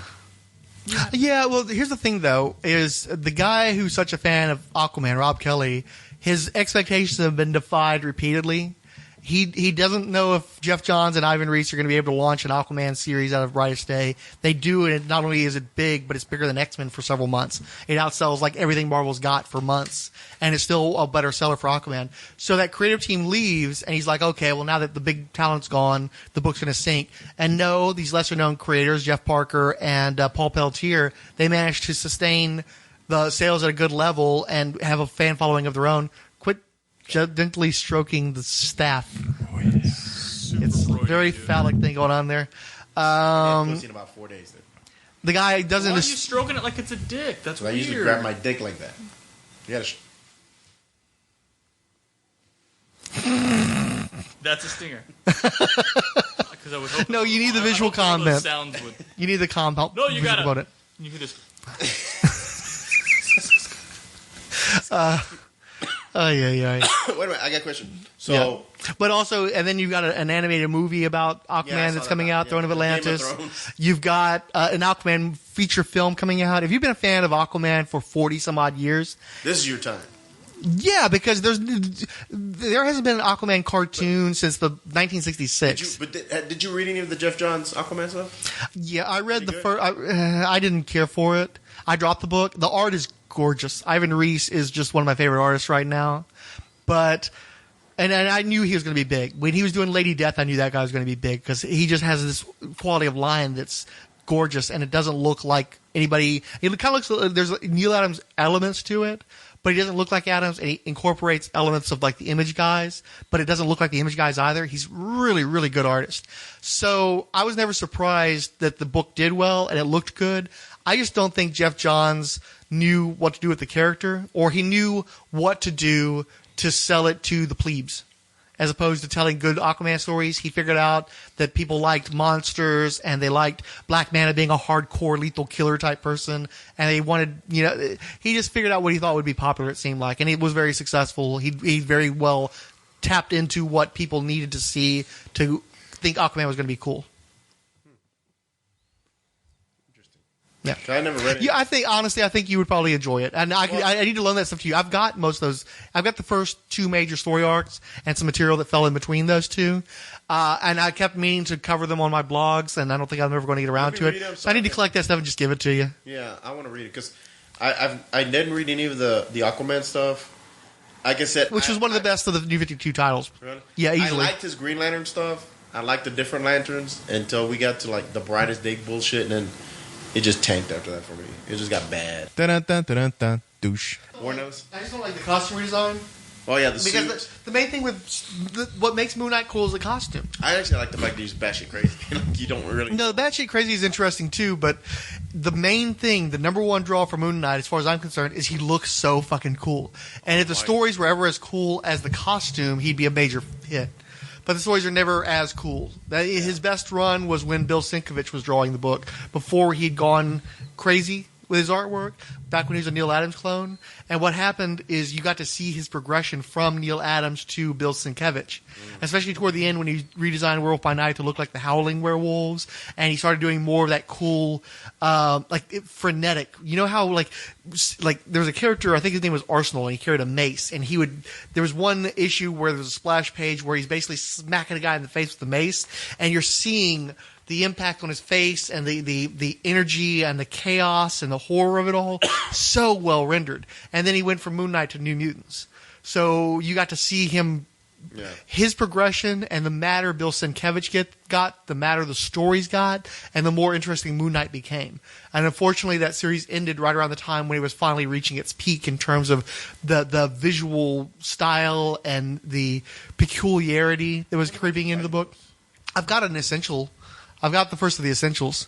There's just the problem with the first essential is they collect too much early shit, and the later stuff's where the really good part is. So I have to get some of that. But I haven't ever checked to see if Moon Knight's on the Marvel app. They're putting a lot of shit on Marvel. I'm glad. I'm glad for it. I'm finding a lot of stuff there that I didn't think they would have, and they're, I guess, adding. What I really love is they're really starting to focus on an entire event. So, like, let's say you want to read Inferno, they'll throw every fucking thing Inferno in there. Yeah. So you could actually. I need to see if those Secret Wars tie-ins are in there. I was sitting there. I started reading Fall of the Mutants, and I was like, I'm sorry. Fall of the Mutants wasn't very good because they didn't connect. They're three different separate stories. Hey, talk about Bedlam. Yeah, we need to talk about Bedlam. Yeah, because I got to get out here in a little bit. Well, you still need to read Secret Wars #1 and talk to us about that because they've already read it. Okay, I'm gonna take this and read it tonight. That's the second one. I mean, the first one. What was the first one? Yeah, this is the first one. I got the second one right here. I just finished reading it. I read Catastrophe and a bunch of other fucking Marvel shit. I'm reading Batman Which one is Eternal Catastrophe? right now. That's the one where Galactus leaves our dimension and goes into the ultimate dimension. Oh, okay, yeah. He absorbs their version of Galactus. Number one, the thing that sucked about the book, besides Bendis wrote it, was the plot was really weak. Like, I kind of was excited a little bit for it, but the way the trade is set up, they actually give you a preview for it. Then the actual Catastrophe, whatever it is, series, then they give you the connected ones, like the X-Men, the Spider-Man, and whatever. So the book, to me, was backwards. I read the series, I found out the ending, and now you want me to go back and reread these little stories that were in the middle, which it would have been smart to put those stories between each book. Right. I hate when they do a book like that where they've got all these satellite books, and then they want to collect them in their own special. Well, if I read the core miniseries, I don't need that stuff. I wish they would put it in the order it should be read. Oh, sure. So then you can build a build-up, because what sucked is I read it, I got through the series, and then the other books would have been a nice little build-up for each character that I read about. So I just I didn't give a shit. So I stopped, and then I finished The Ultimate Foes of Spider-Man ended. That was fucking a fantastic book. That was a good series. And then right now I'm reading Batman Eternal, and dude, this Snyder motherfucker, he's just really good. I mean, I'm enjoying it. I didn't think I would, but it's him writing with someone else. Let me ask you this. When someone does the script and someone does the story, what is the difference? Typically, it's what it sounds like. Somebody will do however many pages. Sometimes it's a paragraph, sometimes it's pages, where it's the plot, everything that's going to happen in the story, roughly. And then the person who does the script is the one who actually puts the words in people's mouths, and will sometimes have to... So he walks in, he says, okay, I want Batman walking into a room, and then Catwoman walks in. They talk for a few minutes. It should be about this subject, and then he just kind of moves on, and the scripter comes in and actually creates the dialogue for that? Well, it just depends, because that's why it's kind of vague. It's sometimes you have something as simple as Batman and Catwoman have a fight, and then that's the whole plot synopsis, and then somebody has to figure out why they have to have a fight, what the fight's about, and then other times they're very detailed, and you're just sort of like cleaning it up. But I've been hearing good things about Batman Eternal, where that's when one of the first of the DC's weekly series that's actually been good, where the way they broke down the duties in terms of the writing has been very successful, and the only thing I hear complaints about is that the art is inconsistent. Well, yeah, it's not very consistent. It bounces all over. Like, one minute you'll have a good art, next minute you'll have kind of avant-garde. You're kind of, well, not even an avant-garde artist. No, it's kind of all over the place. There's some artists, you're enjoying reading it. There's some artists it's just like, let me chuck through this real quick because it's really cartoony. Well, a lot of times with those weekly books, what it comes down to is who can hit the deadline, who's available right now that we can call. And sometimes it's as simple as, how sometimes at a job you need a fill-in for that day. They're just calling everybody they've got in the Rolodex until they hit somebody who can make the deadline. This trade is fucking huge. Well, I think that they got scared because they've had so many of these weekly series that by the time they were finished collecting it, nobody cared anymore. Well, the only thing that sucks is they do hint at some other stuff in the other Batman books, which I haven't read, like Damian and some other stuff. And I'm like, by the way, be careful out there on the internets because they've already spoiled the big bad on that one. No, I don't care, dude. It's like fucking Batman Legends of the Dark came out, and they just had different colored paper wraps outside the cover, and people collected all the different colors. Well, they did the Death Superman too, right? Wasn't there like a black one and a red one? Well, no, they only did two versions. They did the black polybag one that had all the goodies in it, which I still have. And I want to say they sold something like 8 million copies of that one, and they weren't going to reprint that one. Then they had the newsstand edition that was just the gray cover, the tombstone. Yeah. And that's the one they did multiple printings on to satisfy demand. I still have the black polygraph one. So is Doomsday still around in DC? Yeah. Doesn't he have like Brainiac's mind or some shit? They've done so much shit with Doomsday. He's in the New 52. They did something with him fairly recently. Well, I always thought he had a cool origin. What was Doomsday's origin? A scientist created him. He was on one of the most hostile planets in the universe, and he would let the Doomsday character go out, and then he died. Well, first he was an infant. He an genetically cloned an infant, and then they would throw the infant in, and the infant would be ripped to shreds. That's right. And he collected genetic material and keep resending it out over and over again until it created natural defenses against the environment. When it became so violent that the surroundings no longer bothered it, it somehow got off the planet. Well, no, it finally got powerful enough to go back and kill the fucking scientists and then get off world. Well, okay, but then it go off. Then it like land on a planet that two tribes are at war. He lands on there, and they're like start fighting him, and he literally starts tearing through them. Yeah, I think I remember the planet's about to collapse. Yeah. So they're trying to launch a ship, and Doomsday jumps on the ship, and that's how he gets to Earth. Though I don't remember, how did he ever get buried in that suit and stuff? I don't remember. I think he was defeated by the Radiant, which was some light being from some planet somewhere who was able to knock Doomsday out for a little bit, and they wrapped him up in all the cables and shit and shot him off in a rocket. And I think at some point later on, Doomsday fights Radiant again and destroys it because he's evolved beyond it. Well, the one image I always remember is the one where they have Doomsday's dead and Cyborg Superman is tying him to an asteroid. Right. And he's going to fling him into space. He does. No, but there was a point to that. Yeah, he flings Doomsday into space, and at the end, Doomsday opens his eyes in the midst of space and starts laughing. Yeah. And he reveals that he's still alive. Yeah. Of course, he killed Superman.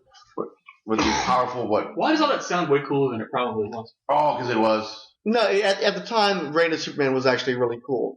Well, I don't know. The multiple Supermans was a little. No, at the time, because here's the thing. I didn't read the Doomsday stuff. I knew that they were going to kill off Superman, but I tried reading Superman books prior to that point, and they kind of sucked. So I just bought the 75, and then I let all the World Without a Superman stuff come through, and Imperial for a Friend, where my understanding the good stuff happens, the good story elements happen.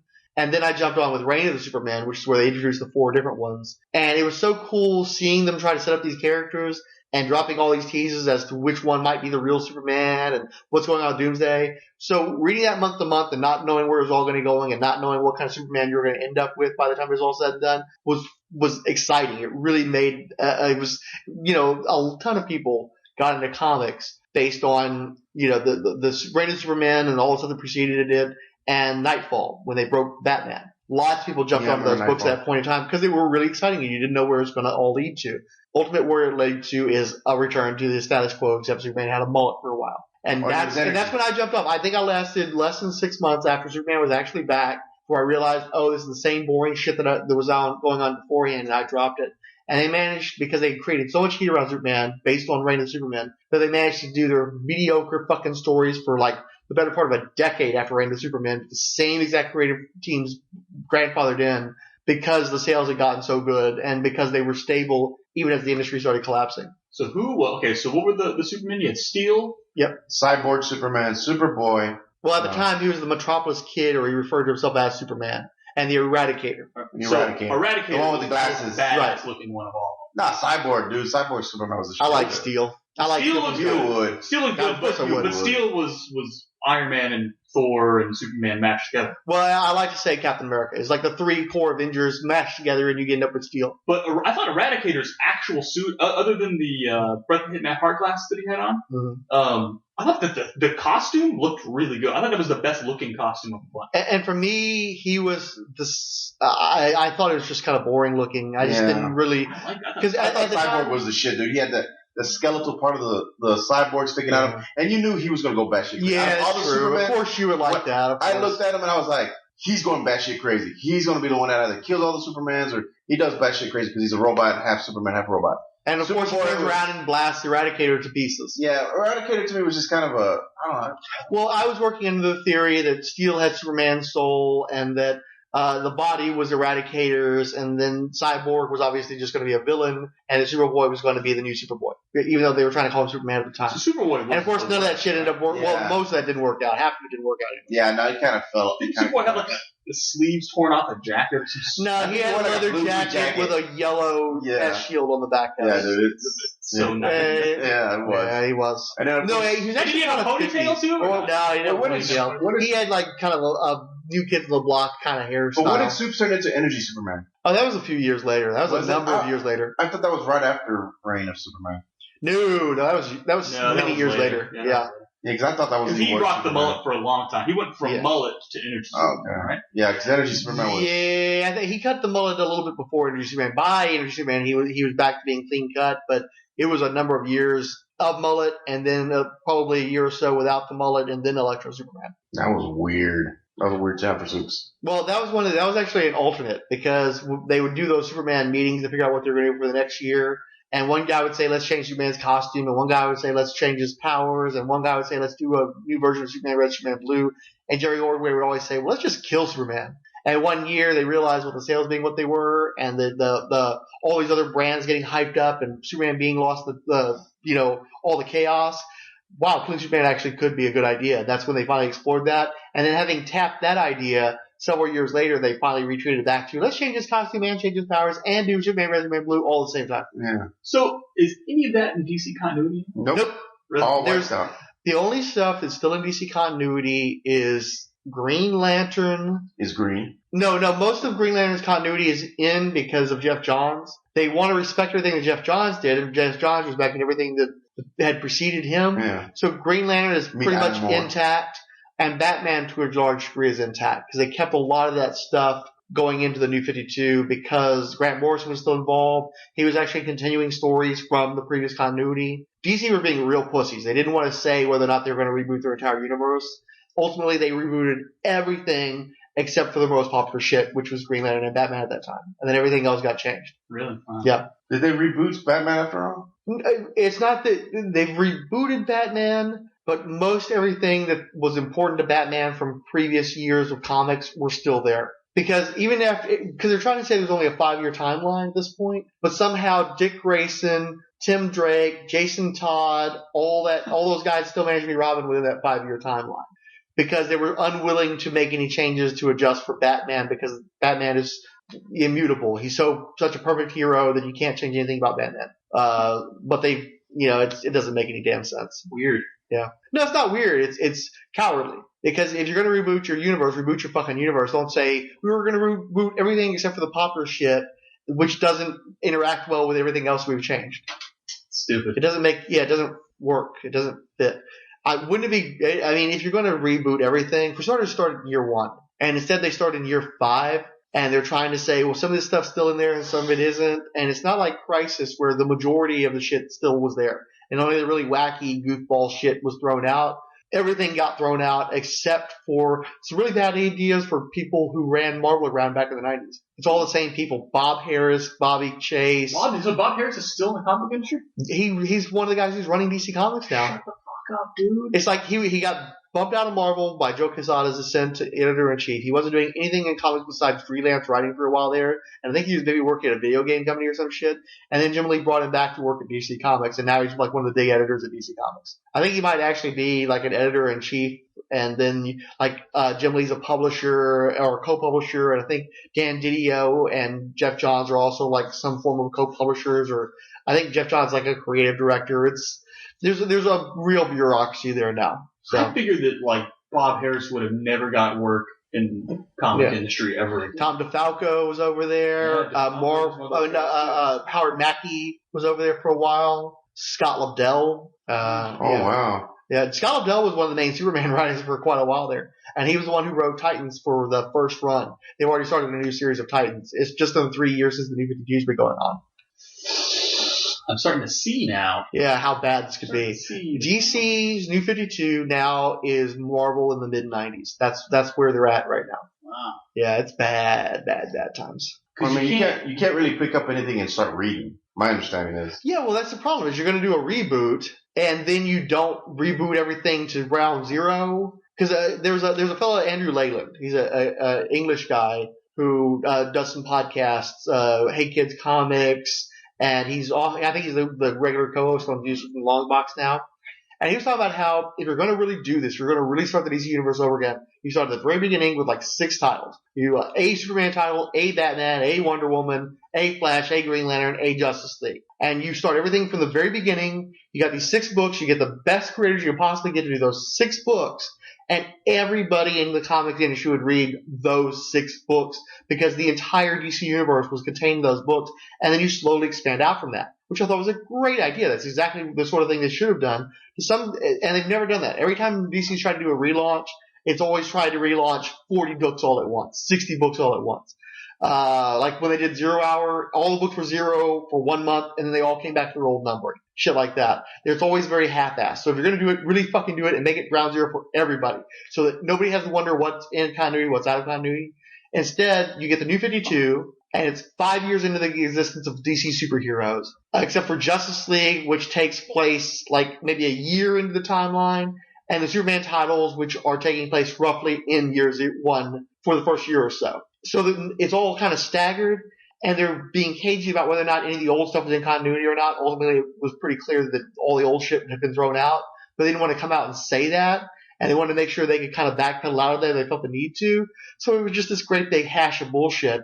And because they didn't, like we talked about before, because they didn't have the influx of creators from guys like Jim Shooter pushing guys out of other companies, all the guys that don't want to work at Marvel or going off and working at Image or one of the other independent companies, DC is this extremely toxic company with lots of micromanaging and lots of, we want like last minute changes because the editorial decided they want to do something different. Like I said, it's just like mid-90s Marvel in that respect, by the same people who fucking ran Marvel aground.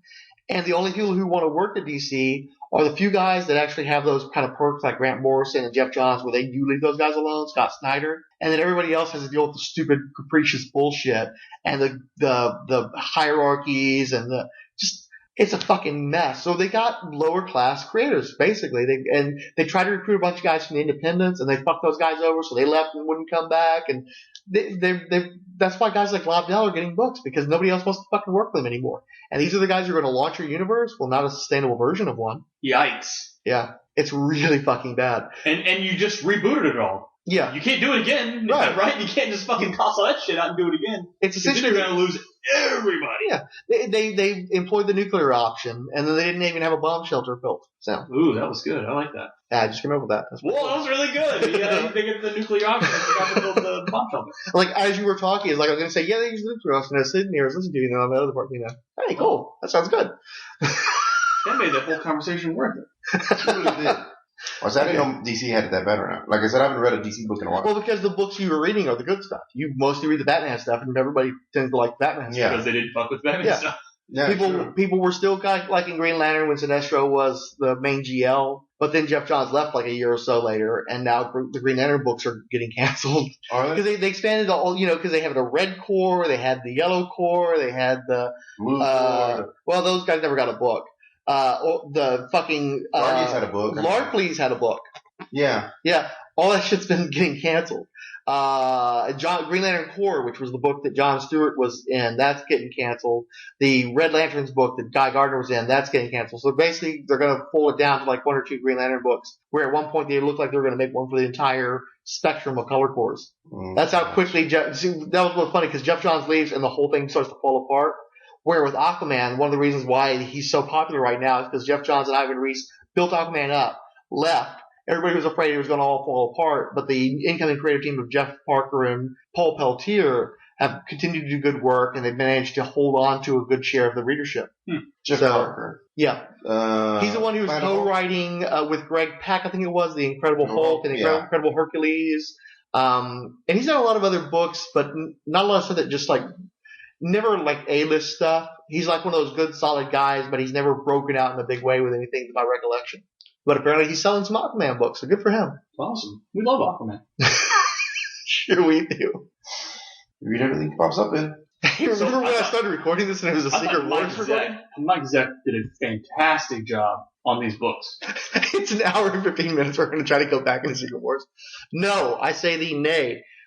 No, apparently it's his version of Aquaman. Well, I would argue that Peter David's version of Aquaman was fucking Namor, so it kind of moots the fucking point. That's why I didn't like his take on Aquaman. Really? I did not like his Aquaman. Did you ever read Peter David's Aquaman? Some of it. It was boring. I followed it from the Hulk when he went over to Aquaman. Yeah, because I was still in love with the Hulk back then, so I totally was down for. Here, honestly, I'll tell you what happened. Peter David was announced to be taking over the Aquaman book, and this was the one that started in I think 1991, 92. It was done by Sean McLaughlin and the guy who used to follow our podcast and stopped, unfortunately. And we haven't heard from him in a while. I think he thought that it was going to be more about the Marvel superheroes cartoon, and when we didn't really stick with that. No basis of making this assumption. Well, the fact that he came on and said, "I love that cartoon," when we first started the podcast, and then he followed us for a while, and then he stopped following us. Anyhow, so him and a guy named Ken Hooper, they were doing an Aquaman series. It ran for, I think, 12 issues or so, and they ended up canceling the series in order to allow Peter David to have a fresh start with the book. And then it drug on, his taking over the title, and finally it was released several years later as the Force miniseries Time and Tide. Mm-hmm. And that was pretty good, because that was sort of doing a year one story for Aquaman, and he made a point of pulling some stuff from a book I liked called The Legend of Aquaman. And then he started his own run, and that's when he did that stupid crap with Charybdis, where Aquaman got his hand eaten off by piranhas. And then he got the harpoon, and he had a bad attitude, and he had a full beard and long hair. Guess what? Namor had a full beard and long hair a few years prior to that, when John Byrne and Jay Lee were doing the book. And when you give Aquaman a bad attitude and you have him start sleeping with a white-haired girl instead of a blonde-haired girl, it's not that different from fucking Namor. Aquaman with a shitty attitude, all rough and rugged, is Namor. So in other words, Aquaman cool, Namor. Well, Aquaman by Peter David was Namor. I wouldn't say Aquaman cool, because here's what happened. Because I knew that Peter David was going to take over the book, I wanted to get familiar with the character, get a chance to see what was around before, so when Peter David came in, I could see what the difference was and see how much better it was. And I became a fan of Aquaman through select stories. Like, I really loved The Legend of Aquaman by Keith Giffen, Robert Loren Fleming, and Kurt Swan, and I think... what is that guy? Eric Shanower, I think, inked it. And then they did a miniseries that came afterwards that Al Vey inked that looked cooler because it had that more flashy image style inking. Mm-hmm. But the story was kind of dumb, so it didn't work for me. But then the McLaughlin series was pretty good because it was getting into a very introspective place with the character. It was dealing with a lot of stuff that had been lingering for a long time, like the murder of his son by Black Manta, and how he was going to deal with that, his relationship with Mera. So it was a pretty good book. And then I also read some of the Bronze Age stuff, the stuff that most Aquaman fans consider the classic material by Steve Skeets and Jim Aparo, where they actually had Black Manta murder Aquaman's son. It's damn good stuff. And Aparo is one of my childhood favorites as an artist. He's one of the best Aquaman artists, one of the best Batman artists ever. Huh? Aparo, Tomato Tomorrow. Aparo. Yeah. So I became an Aquaman fan based on the research I did prior to Peter David taking over. And then Peter David comes in, I followed the book for about a year, and it sucked, and I dropped it. And I kept trying it over and over again because I wanted to read the book. I loved Peter David. I would become a fan of Aquaman, and Peter David just did not get the character. And he was so desperate to make the character cool, he kept doing everything he could to make him a derivative of all the stupid, shitty anti-heroes that were popular at that time. And his run sucked. And I wasn't sorry when he fucking finally got booted off the damn book, because the book sold better than it had without Peter David, but it didn't sell good. And I'm sure there were a lot of Aquaman fans that weren't super happy with the way that they were handling the character, but he'd created new fans who were Peter David fans first, Aquaman fans second. Mm-hmm. And a lot of those guys abandoned the book after he was thrown off the title, and it just... And also, the run was terrible because Eric Larson followed him, and Eric Larson's run was just dreadful. And then Dan Jurgens had an okay run, and the book got canceled. But the point is, Peter David's run, he was basically writing Namor, he wasn't writing Aquaman, and the parts where he was writing Aquaman, he wasn't doing it terribly well. So would you say some writers are very company-specific? Like, Peter David's good when he's at Marvel, and maybe not as good when he's at DC? I think... But here's the thing. Peter David had a great run on Supergirl, though. He had. I read some of the Supergirl. Which one? Okay. What did you read?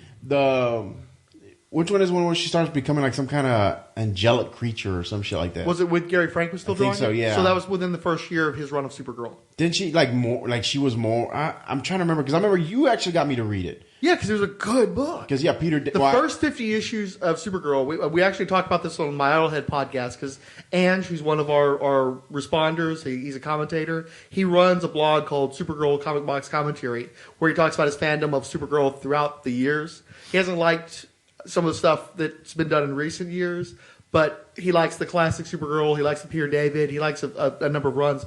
And we talked about how he was really fond of that run. The first 50 issues were spectacular. And you, if you'd given him a chance, I think you'd like them. But the only issue for you is I know you like Gary Frank, but I don't think that Leonard Kirk would work for you. And he took over the book within the first year, and he stayed through most of the run. And I don't think his art would really suit you. Also, the book was a little bit softer in terms of tone than you might like. But he had some, like, I know you tend to prefer the dark twist, where something gets fucked up and you don't see it coming, and the twist. And he did that throughout those first 50 issues. After that, what he did is the book wasn't selling too great, so he tried to turn Supergirl into the DC animated version, the Bruce Timm version, like the Riot Girl looking, and that didn't work. And then he tried to bring back the Silver Age Supergirl and have her team up with the then modern age Supergirl. It just wasn't the same. He couldn't. After he got away from the supernatural stuff, because what was cool about his run is that Superman's a character that never worked with supernatural elements. He's a character who never works great with horror elements. But Supergirl could, because she wasn't as defined as Superman. So you could go places with her you couldn't go with Superman, and they were really intriguing places to take that character. It made her much more of a figure in her own right, where she could function as something beyond just Superman's cousin, the girl Superman. And unfortunately, after Peter David got away from that material and he started trying to write a proper Supergirl book, he couldn't. He's not what he's built for. It's just like, what was the thing I was going to talk about? Oh, yeah, actually, shit. Okay. This doesn't really, we'll get to that later on. I can't remember. It's just that Peter David is a good writer on certain properties. I think he must be good with the X books because he wrote X Factor all those years, and people really like his take on those characters. He's a guy who needs to be able to isolate himself and work on the types of stories he wants to tell without a lot of editorial interference. But sometimes you just have a writer whose ideas of what he wants to write in a story isn't necessarily what's good for the character. And I think that happened with the Hulk as well, because that's a book that was great for a long time. But you got to admit, those last few years of Hulk weren't. Yeah, they kind of were. Yeah, I like the entire Mike Deodato run. I don't think was very good. The entire Angel Medina run. I would say Angel Medina. Yeah. You liked the Kubert stuff, though, didn't you? Yeah. Okay, and I was gone by then, so I didn't read any of that. I actually enjoyed his earlier stuff. The McFarlane stuff, when he was doing with McFarlane. The Purvey stuff, I really enjoyed. But yeah, no, you're right. Near the end, I think he just kind of ran out of ideas because he had like these really great story arcs. The Madman story arc was always one of my favorites. Which one was Madman? Madman, where he's the villain. Is that the guy who was there during the transition from Purvey to Del Keown? Yeah. Okay. Yeah, the one that has the famous hourglass covers. Yeah. It's a countdown. Yeah, Madman. Yeah, so that was a cool run. Well, you don't mind. Fixit was my favorite character. That was the version of the Hulk that I really, really enjoyed when he was writing it. And, he did all that fucked up shit, like, the Hulk banging Marla, Rick Jones's soon-to-be wife, and just... He banged her. Well, no, I know the Hulk banged her. I still don't understand why you're so... No, but what I'm saying is, we had this argument before, too. Mr. Fixit was having a relationship with Marlo. Then he stopped being Mr. Fixit and went off and did his thing. And then Marlo hooked up with Rick Jones. The fact that Bruce had been in a relationship with her before Rick, it's not like he screwed her after she was with Rick. So I don't understand where the problem is. She just went from one guy to another guy. Dude, she got the D from the Hulk, not Bruce. I get that. I understand where you're going with that. Rick would have to tie a board to his ass to not fall in. Trust me. Oh, man. No, well, that leads us to our podcast on the prison pit. No, we're not going there just yet. The prison pit. That's a nice tie-in. You told me in the car ride over here that you wanted to talk about the Jason Momoa Aquaman image. Yeah, that's Namor. That is so Namor. I don't care what Aquafan feed freaks out there screaming that. No, that's Aquaman. That's fucking Namor. If he's Aquaman, he should. Number one, isn't he blonde? Like in every version of him. Here's the thing, though. If you look at the picture, tell me it's reimagined, because I fucking hate when they say that. Well, let me just say though that image, and it's the same with the Wonder Woman image. It's heavily desaturated, and that one much more so than the Wonder Woman one. When you emphasize the color if you go in there and you try to blow up the flare a little bit. It's obvious that he's wearing gold armor, and I'm not sure he might actually have some blonde highlights in the hair, but he still looks so much like Namor. Aquaman with highlights so much. Well, Aquaman is an islander with tribal tattoos and such. That's still pre-Namorish. No, he's an Atlantean. But they're supposed to be bringing in a bunch of island lore, though. Momoa's been talking about that. Like, I think Samoan mythology is going to get played into there. But so you don't think they're bringing that in because of the actor they got to play it? I know it's because they're bringing in the actor. I don't believe they initially thought, okay, so we're going to put in some Samoan. No. I think it was he looks Samoan, so now we gotta add that to the story. Yeah. Which if I was an Aquaman fan, would find like that kind of sucks. Like you're literally erasing his true past to create a new past to fit your movie franchise. Oh no, but that's exactly it. You've read the Namor origin story. Yeah. They're like indigenous people underneath the ocean, right? So it's really not that big of a stretch if you're going to do a Namor movie to make him part of a more native. I'm trying to find a polite way of saying it. If his being underwater people who were. How's a good way of saying this? So if you just give him a bunch of island lore and tie him with island culture, but it's not that far of a leap. Where Aquaman's whole thing was, he was the kind of white bread American hero who happened to be involved with Atlantis and happened to be in the ocean. And I always thought Atlantis was near Greece, in that area, because it always kind of handed itself to that lore. I never saw Atlantis like out. I don't see Atlantis like out near the Hawaiian Islands. Anytime I've ever read anything about Atlantis, they almost made it sound like a Greek city just advanced. But that might be like White you know what? Jesus. I kind of... No, I think that might be like White Jesus. I think it's because there are people who always anytime they talk... Dude, any creation they show of Atlantis, literally they use... It looks like the Pantheon. Yeah, Pantheon. But that's what I'm saying, is that you've got a bunch of white people drawing from white culture to depict Atlantis. That doesn't mean that Atlantis legends are actually from white that people area. created Aquaman. I'm pretty sure that's where they were going with it. Well, I'm not arguing that. What I'm saying are is you're you trying to say saying that Atlanteans are supposed to be white people. I'm not sure they're necessarily supposed to be white, but they've been depicted as white folk for decades in comics, both at Marvel and at DC. But no. See, the thing is, though, when you see it, Namor, when I saw Namor, I can see your island influence. Like, he looked different. Aquaman was always that. I always pictured him as some Greek guy, descendants of Greeks. Yeah, he's white bread. He's Aryan. Yeah. There's no arguing that. So I mean, if he had like Greeks blonde. I don't know. Could they be blonde? No. Well, I don't know why you're on this. Aryan blonde. I don't know. I don't know why you're on this whole Greek kick anyway. No.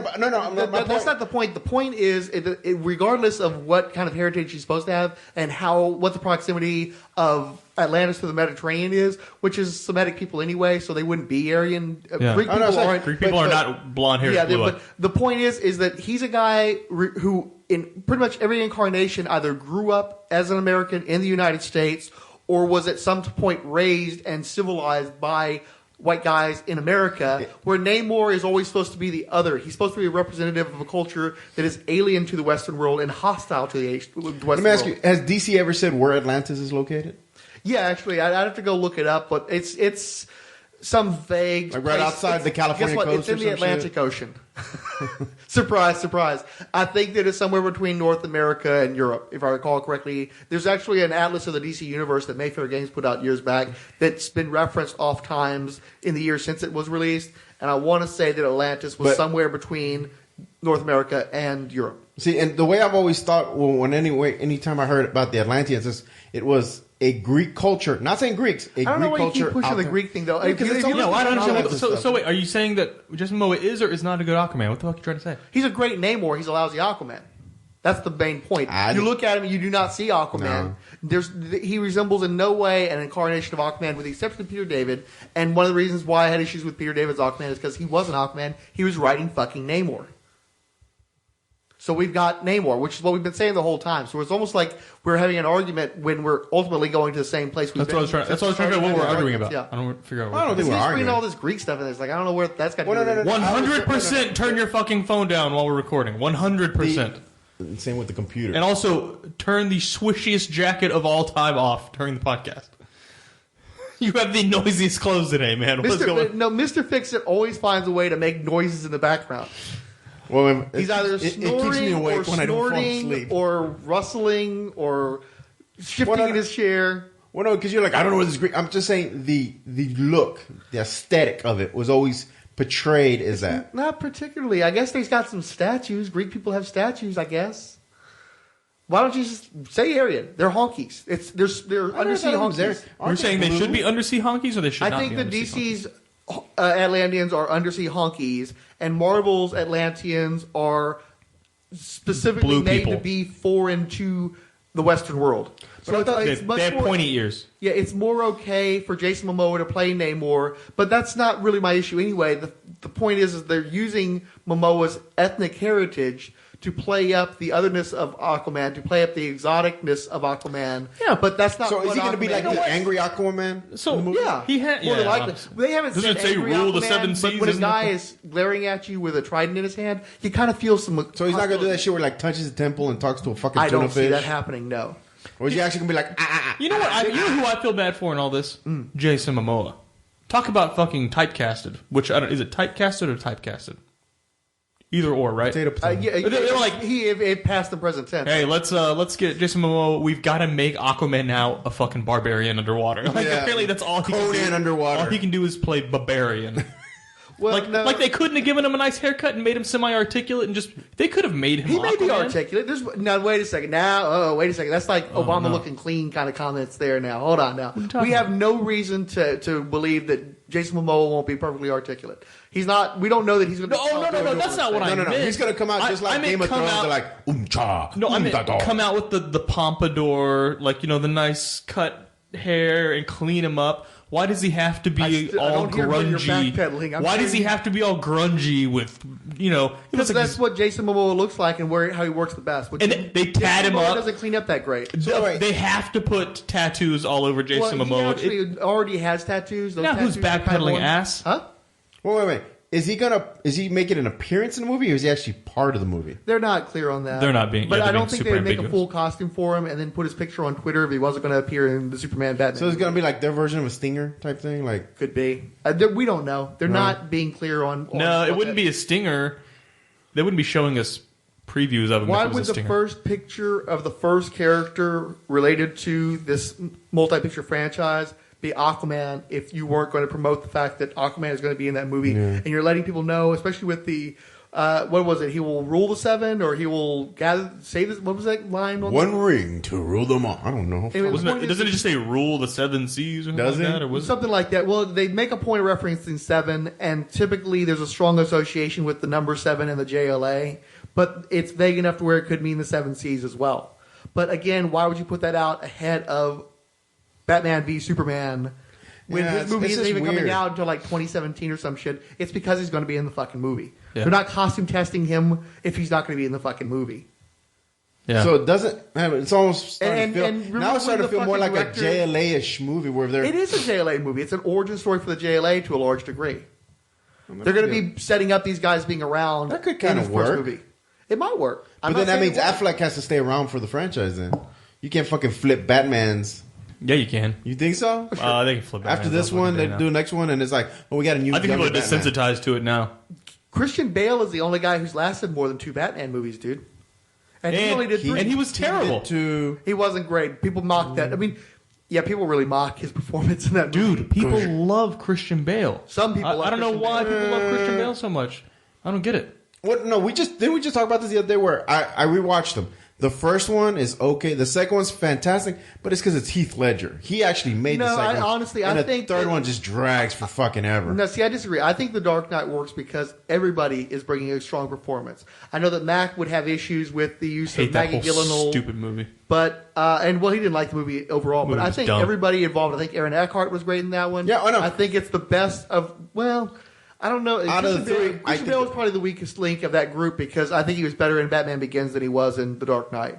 But it didn't matter because everybody else, including the script writers, were very much more on their game with that movie. Because the third one, I rewatched it, and it's so fucking. Hey guys, check it out. We're hacking everybody's cell phones, and we're gonna use their cell phones to give off these like bad radar waves, so I can navigate this building. That movie fucking That was the second. No, dude, the third one, dude. That was Where the they're second one. driving That was fucking Dark Knight. They're driving around with the nuke bomb, dude. No, they're driving around the city that they trapped every cop underground, and they're driving around the city with a nuclear bomb while they're holding hostage. Hold on. I'm shutting this down. We're not talking about these stupid fucking Batman movies anymore. Well, you're saying that we're desensitized to the fact that they can flip Batmans. I think if this movie does good, they have to stay with Affleck. He has to stay Batman through the franchise. No, I think you're wrong. No. I don't think anybody cares. Batman is bigger than any single actor that has ever played him.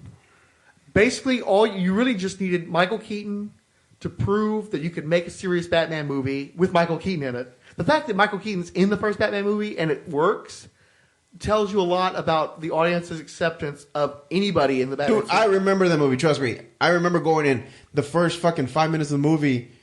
There was no bang pow. He threw somebody over the ledge. I remember I thought he killed him. And then it's like, oh, no. He actually grappled them and he held on. And I remember thinking, holy shit, like this is a badass Batman movie. Like, I remember being there at the opening, everybody freaking out. But do you remember back in '89 when everybody was super skeptical that? Oh yeah, Mr. Mom. Yeah. Mr. Mom's playing Batman. Oh yeah, I remember. Dude, I thought the same thing too. I thought he was gonna be, goofy and funny, which he did when he was Bruce Wayne, and it worked. That quirkiness. Right, I agree. I thought he was a very good Bruce Wayne. And then when he was Batman, I actually liked his Batman better. Christian Bale's, I just didn't like that angry voice for every word I say. What happened is we all saw American Psycho, and Patrick Bateman reminded everybody of Bruce Wayne. You saw him being Patrick Bateman. As a sociopath. And you're like, if you can just dial that back a little bit, you have a perfect Batman. And people championed him as Batman for 8 years before he got cast in the role. And so everybody got what they wanted. They finally got Patrick Bateman to play Batman. And he wasn't very good, but he was good enough. He was a good Bruce wasn't Wayne. George Clooney. And he wasn't, and Joel Schumacher wasn't around anymore. Huh? He was a good Bruce Wayne. I liked his Bruce I Wayne. really hated his Bruce Wayne. Really? I hated his Bruce Wayne because I never bought his American accent. He always sounded ridiculous to me when he had this kind of pseudo-American accent that a lot of British guys do where they just kind of overplay the looseness a little bit. He was kind of too nasally. He was actually better as Patrick. If he'd done Patrick Bateman again, just recycle that performance, he'd been a better Bruce Wayne than what he brought to the actual Batman movies, especially by the time you get to the third one. But the two most important ones is Michael Keaton proved that as long as you put somebody competent in the Batman suit, and I'm not trying to dismiss his performance, I'm saying that it's very hard to imagine Mr. Mom as Batman. But and he pulled it off. The suit worked, and the performance was strong enough. And you can do dark. You can do dark Batman. Yeah. So, but it also proved that Batman was bigger than the person playing him. And when Christian Bale was cast in Batman Begins, and they were doing it straight again, they were showing, look, we're going back to the subject material. We're going to be more faithful to the comics than we'd ever been, because the Schumacher and the Barrett movies were not very faithful to the comic books. They took some of the feel, but they were still much goofier. They still had a stronger influence from the 60s TV show and from Silver Age comics, where the new Batman movies were firmly grounded in bronze and modern age Batman stories. And they drew a lot of elements from that. That's why you saw guys like Lucius Fox and such. But the main issue was, can we sell Batman again? And can we sell Batman with a nobody? Because Christian Bale was a nobody before Batman.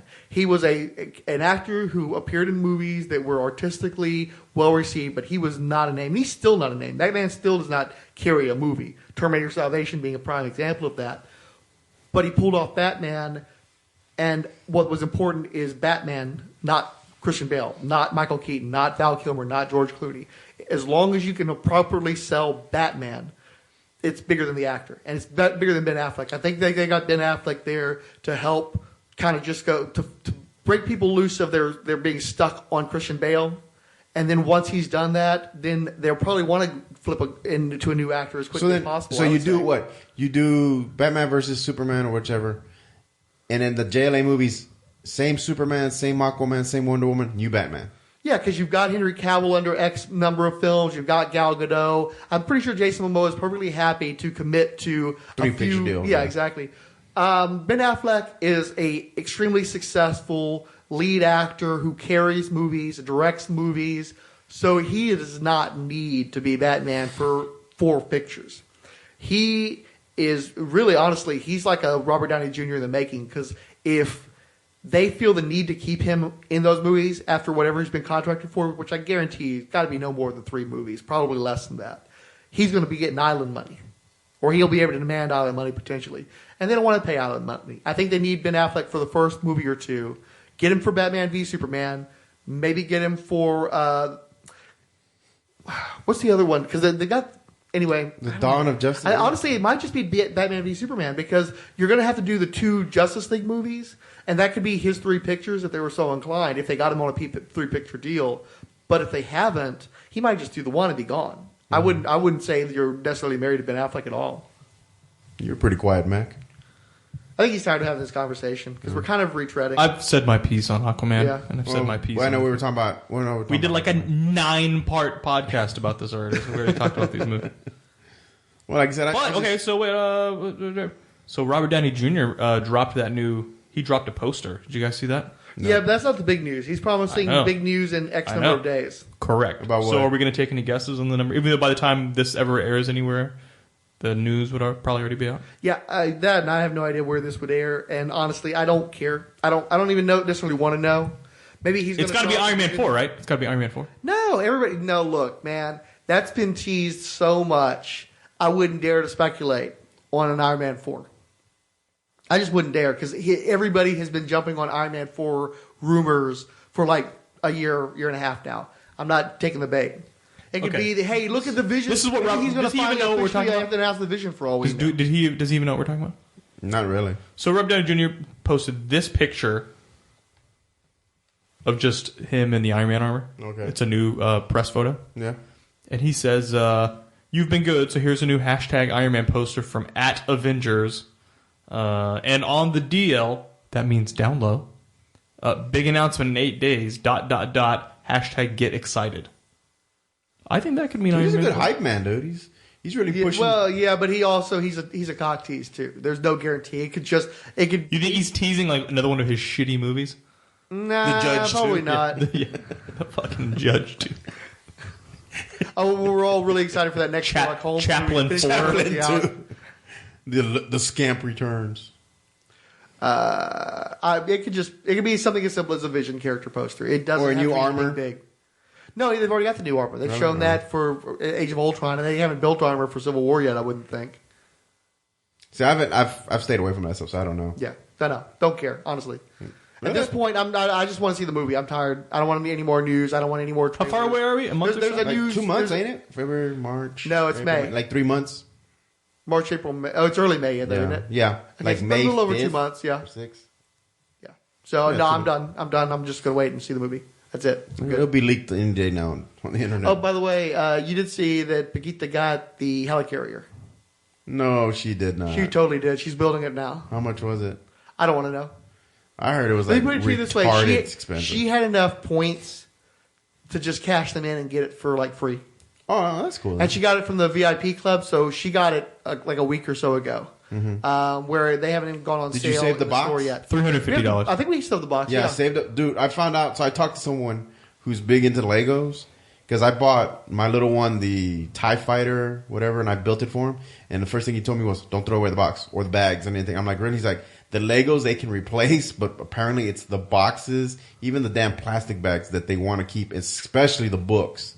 That's what certain collectors, that's what they want. The book is like an inch and 2 inches thick. Really? It's enormous. Yeah, it looked cool as shit, dude. I thought it looked cool. It was $350.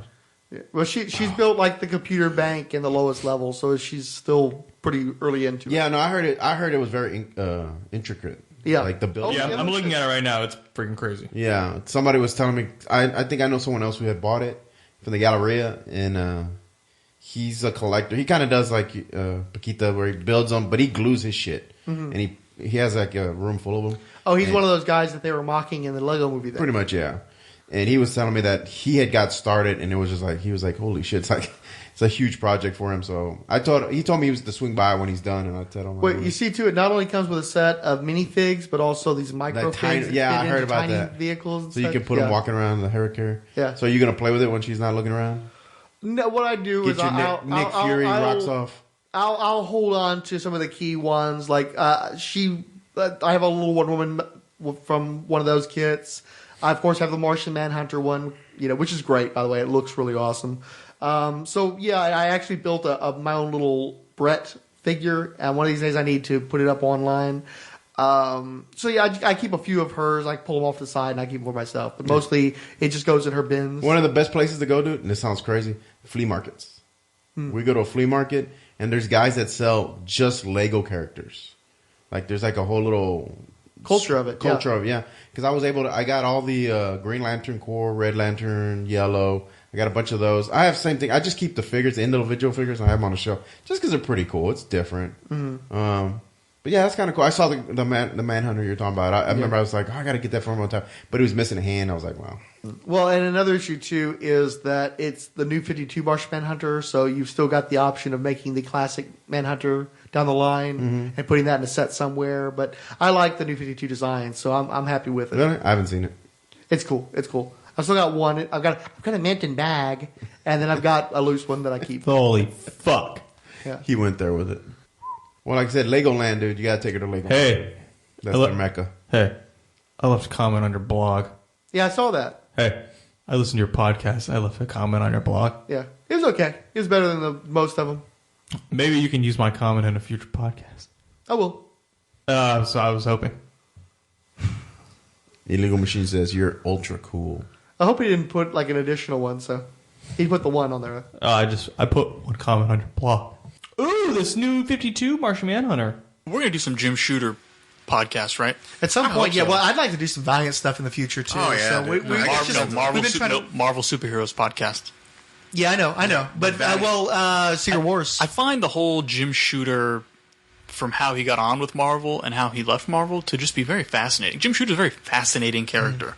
I was a big Jim Shooter apologist for quite a few years because, I thought that what Marvel produced under his regime was some of the best stuff they'd produced ever with potential with Stan and Jack. But after that, it's the Jim Shooter years. And the problem is I've been reading more and more about him, and he did some whack-ass nonsensical stuff, and it's very hard to get behind him. So in some respects, he's a great editorial force,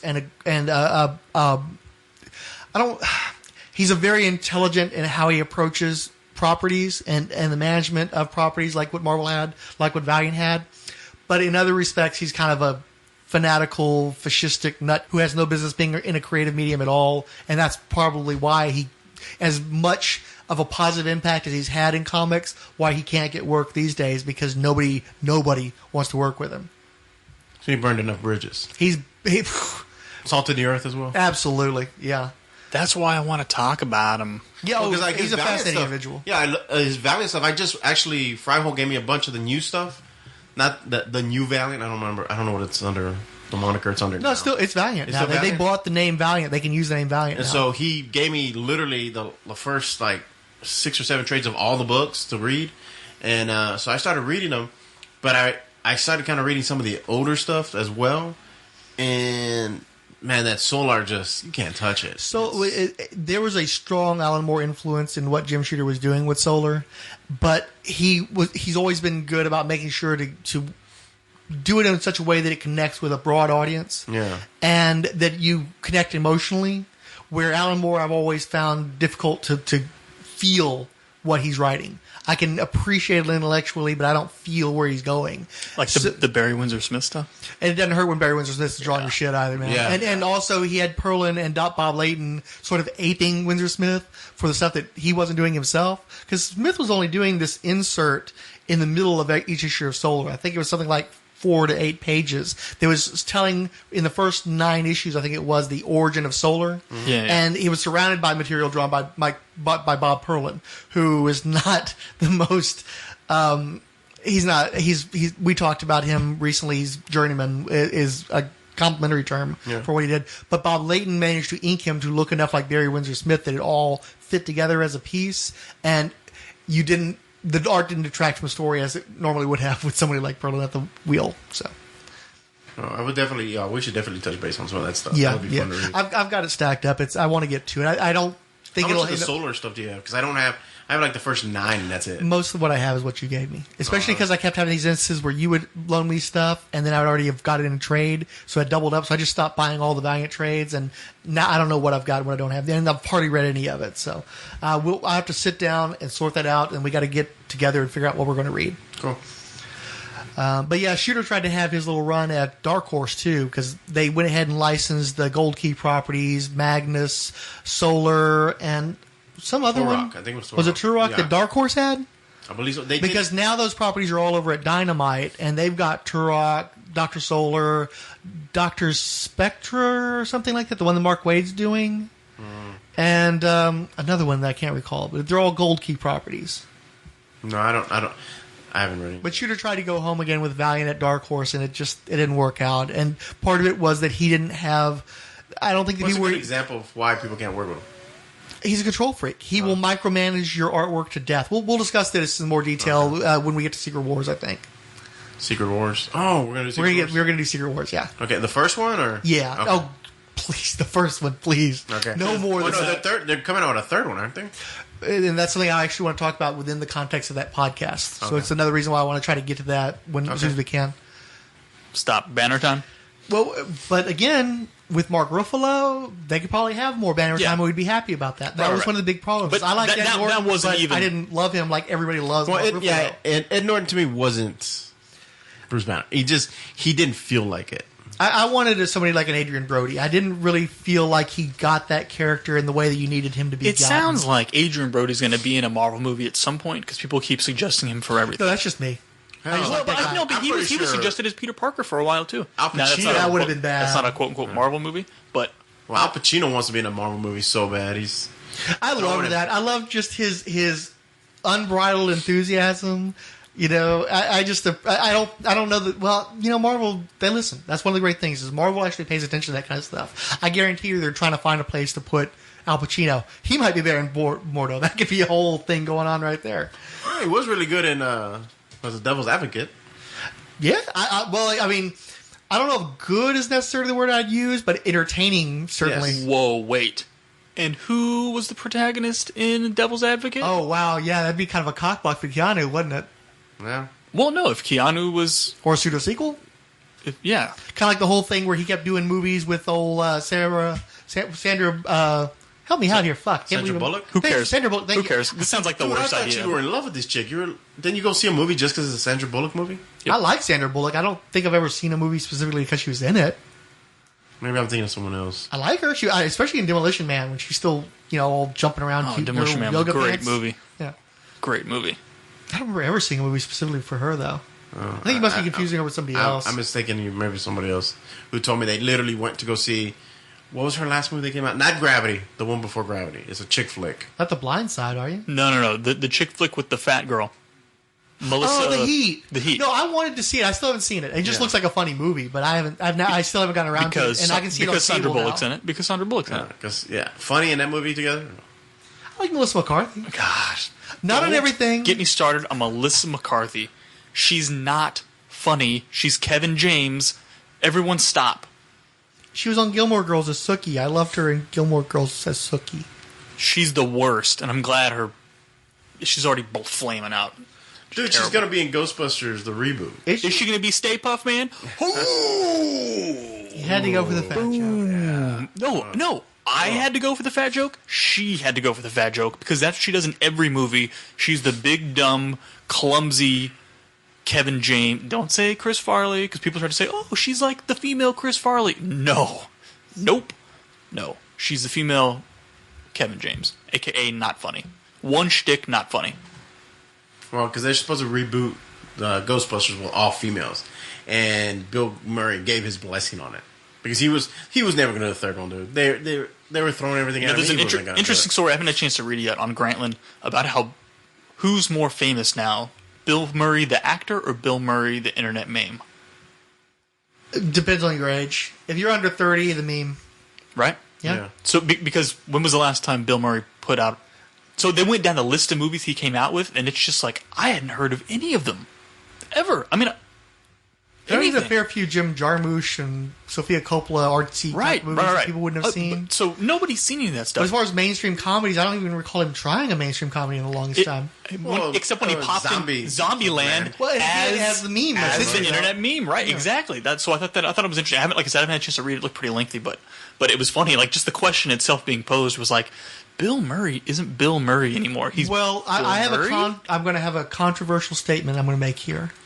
I like Bill Murray. How's that controversial? Like, what do you mean? I don't love Bill Murray. I don't worship him, and I don't think he's one of the greatest comedians ever of all time. I just like him. I think he's an interesting fellow. I think he's one of these guys, though, that's done some fuck up shit that everybody decides they want to overlook. And when you revisit a lot, I don't particularly like Ghostbusters. I have that Really? controversial position. I didn't really like it that much when I saw it back in the 80s. You hate Gremlins too, though, man. You're like, Gremlins 2 was great. I love the new batch. I didn't really like the original. You're very spiteful when it comes to 80s movies for some reason. You're in a very dark place in your life, I guess. Some movies hit me and some movies didn't. You know, I could see a Howard the Duck or the Highlander and be like, yeah, and then Ghostbusters is like, oh. Hey, did Marvel ever do Highlander? I just want an excuse to sit around and watch Highlander 1. We don't need an excuse. We can watch Highlander. My name is Duncan MacLeod and I'm a MacLeod clan. Won't watch it. We'll watch Highlander. I've got it on DVD. My better half. I think it's still on Netflix. My better half. It's like one of her Actually, favorite movies. I think it's one of the movies they're about to yank off Netflix if they haven't already. Yeah. I think it's on the list. Actually, I've got a hold on it, so we're I think okay. they did. I think they already yanked it. They yanked a bunch of movies. Fucking 50 movies, I think. Some shit, really large amount like that. Really? Mm-hmm. But they recycle them. They'll be back in like a quarter or 2 quarters. Because I've noticed that some movies disappear and then they'll reappear 6 months. Because I mean, that's the only thing that I don't like about Netflix. Is it would be nice if they stayed longer. Because who really has enough time when you're binge watching all those damn TV shows to watch a movie? Like, I don't have time. I'm binge watching on Supernatural right now. I don't have time to watch a couple of movies that are about to be knocked off the queue. So, but my better half loves the Highlander movies. So that would be fun.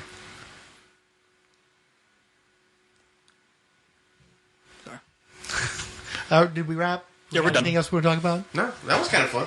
Yeah,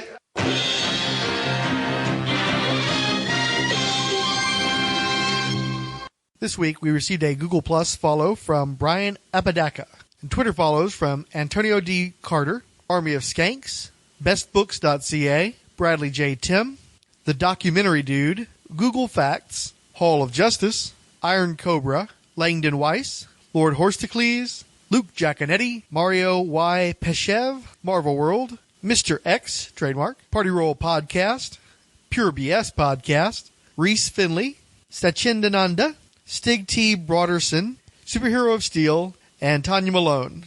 We received Twitter favorites from Aaron Myers, Alexis Guerros, Amino Acid Comic Book, Amy Royland, Andy Forsberg, Anthony Durso, Baked English Podcast, Ben Cohen, Beth Malley, Ed Moore, Dark Angels and Pretty Freaks Podcast co-host Annalise at Wiretech Girl, C. Miller, Charles Washington, who also said much thanks, City War Comic, Count Druncula, Christina at Poison Blowfish, David Fior, David Golding Artist, Devourer of Words, Elijah Medj, Fanboy Nation, Greg Araujo, Jonathan Villanueva, Justin Quizon, Kim Doyle, Kyle Pettit, Longbox Graveyard, Luke Giaconetti, Marvel Incorporated, Marzo Khalif, Michelle Carr, Moldwitch, Mythmaking, etc., In Atsuko at DJ Lyrica, Oscar Olalde, Perfect Chaos, Pirate Mike, Plop Cartoons, Podfellas Podcast, Podfellas.com, Pop Culture Case Study,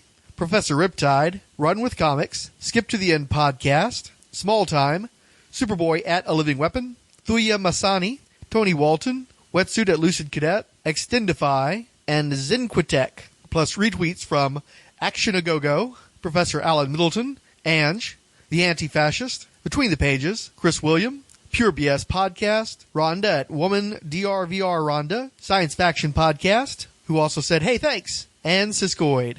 For Follow Fridays, we were endorsed by the First Bat, Outside Longbox, Samto Okeki, and Stephen Courtney. Meanwhile, Adam Blackmoon added us to his hashtag Tuesday Titans, hashtag Team Thursday, hashtag Saturday Sleepers, and hashtag Sunday Comics.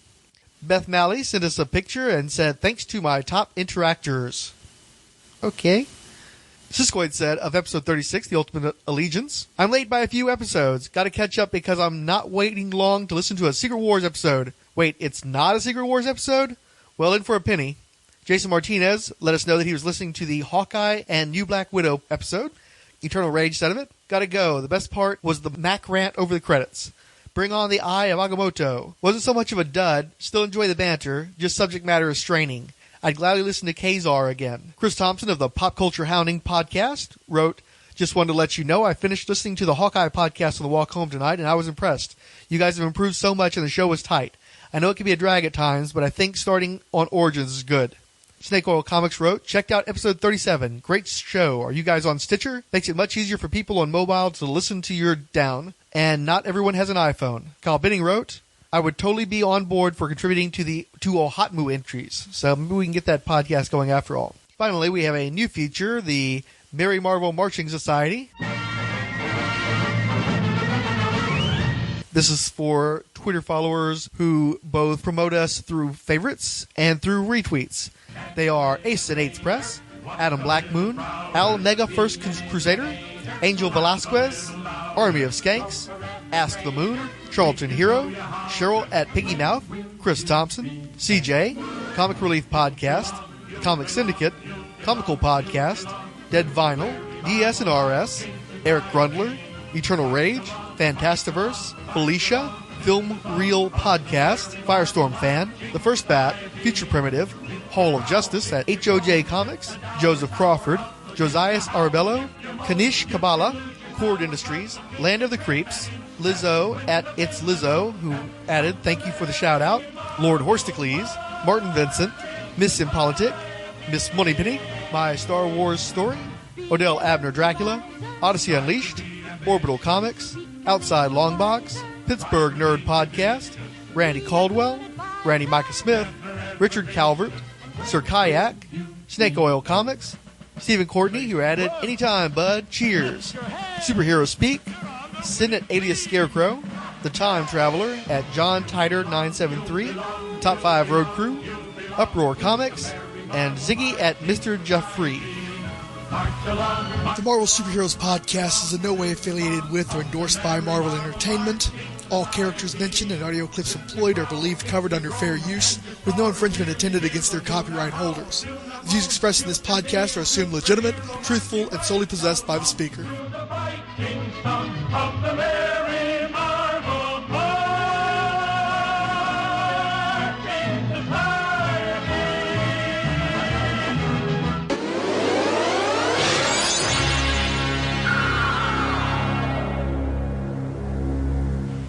What, for you, I think your dick's probably hard right now, but for the rest of us, it's repulsive.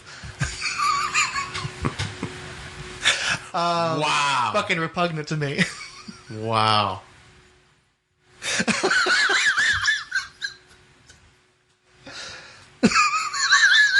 Stop it. You're cracking me up.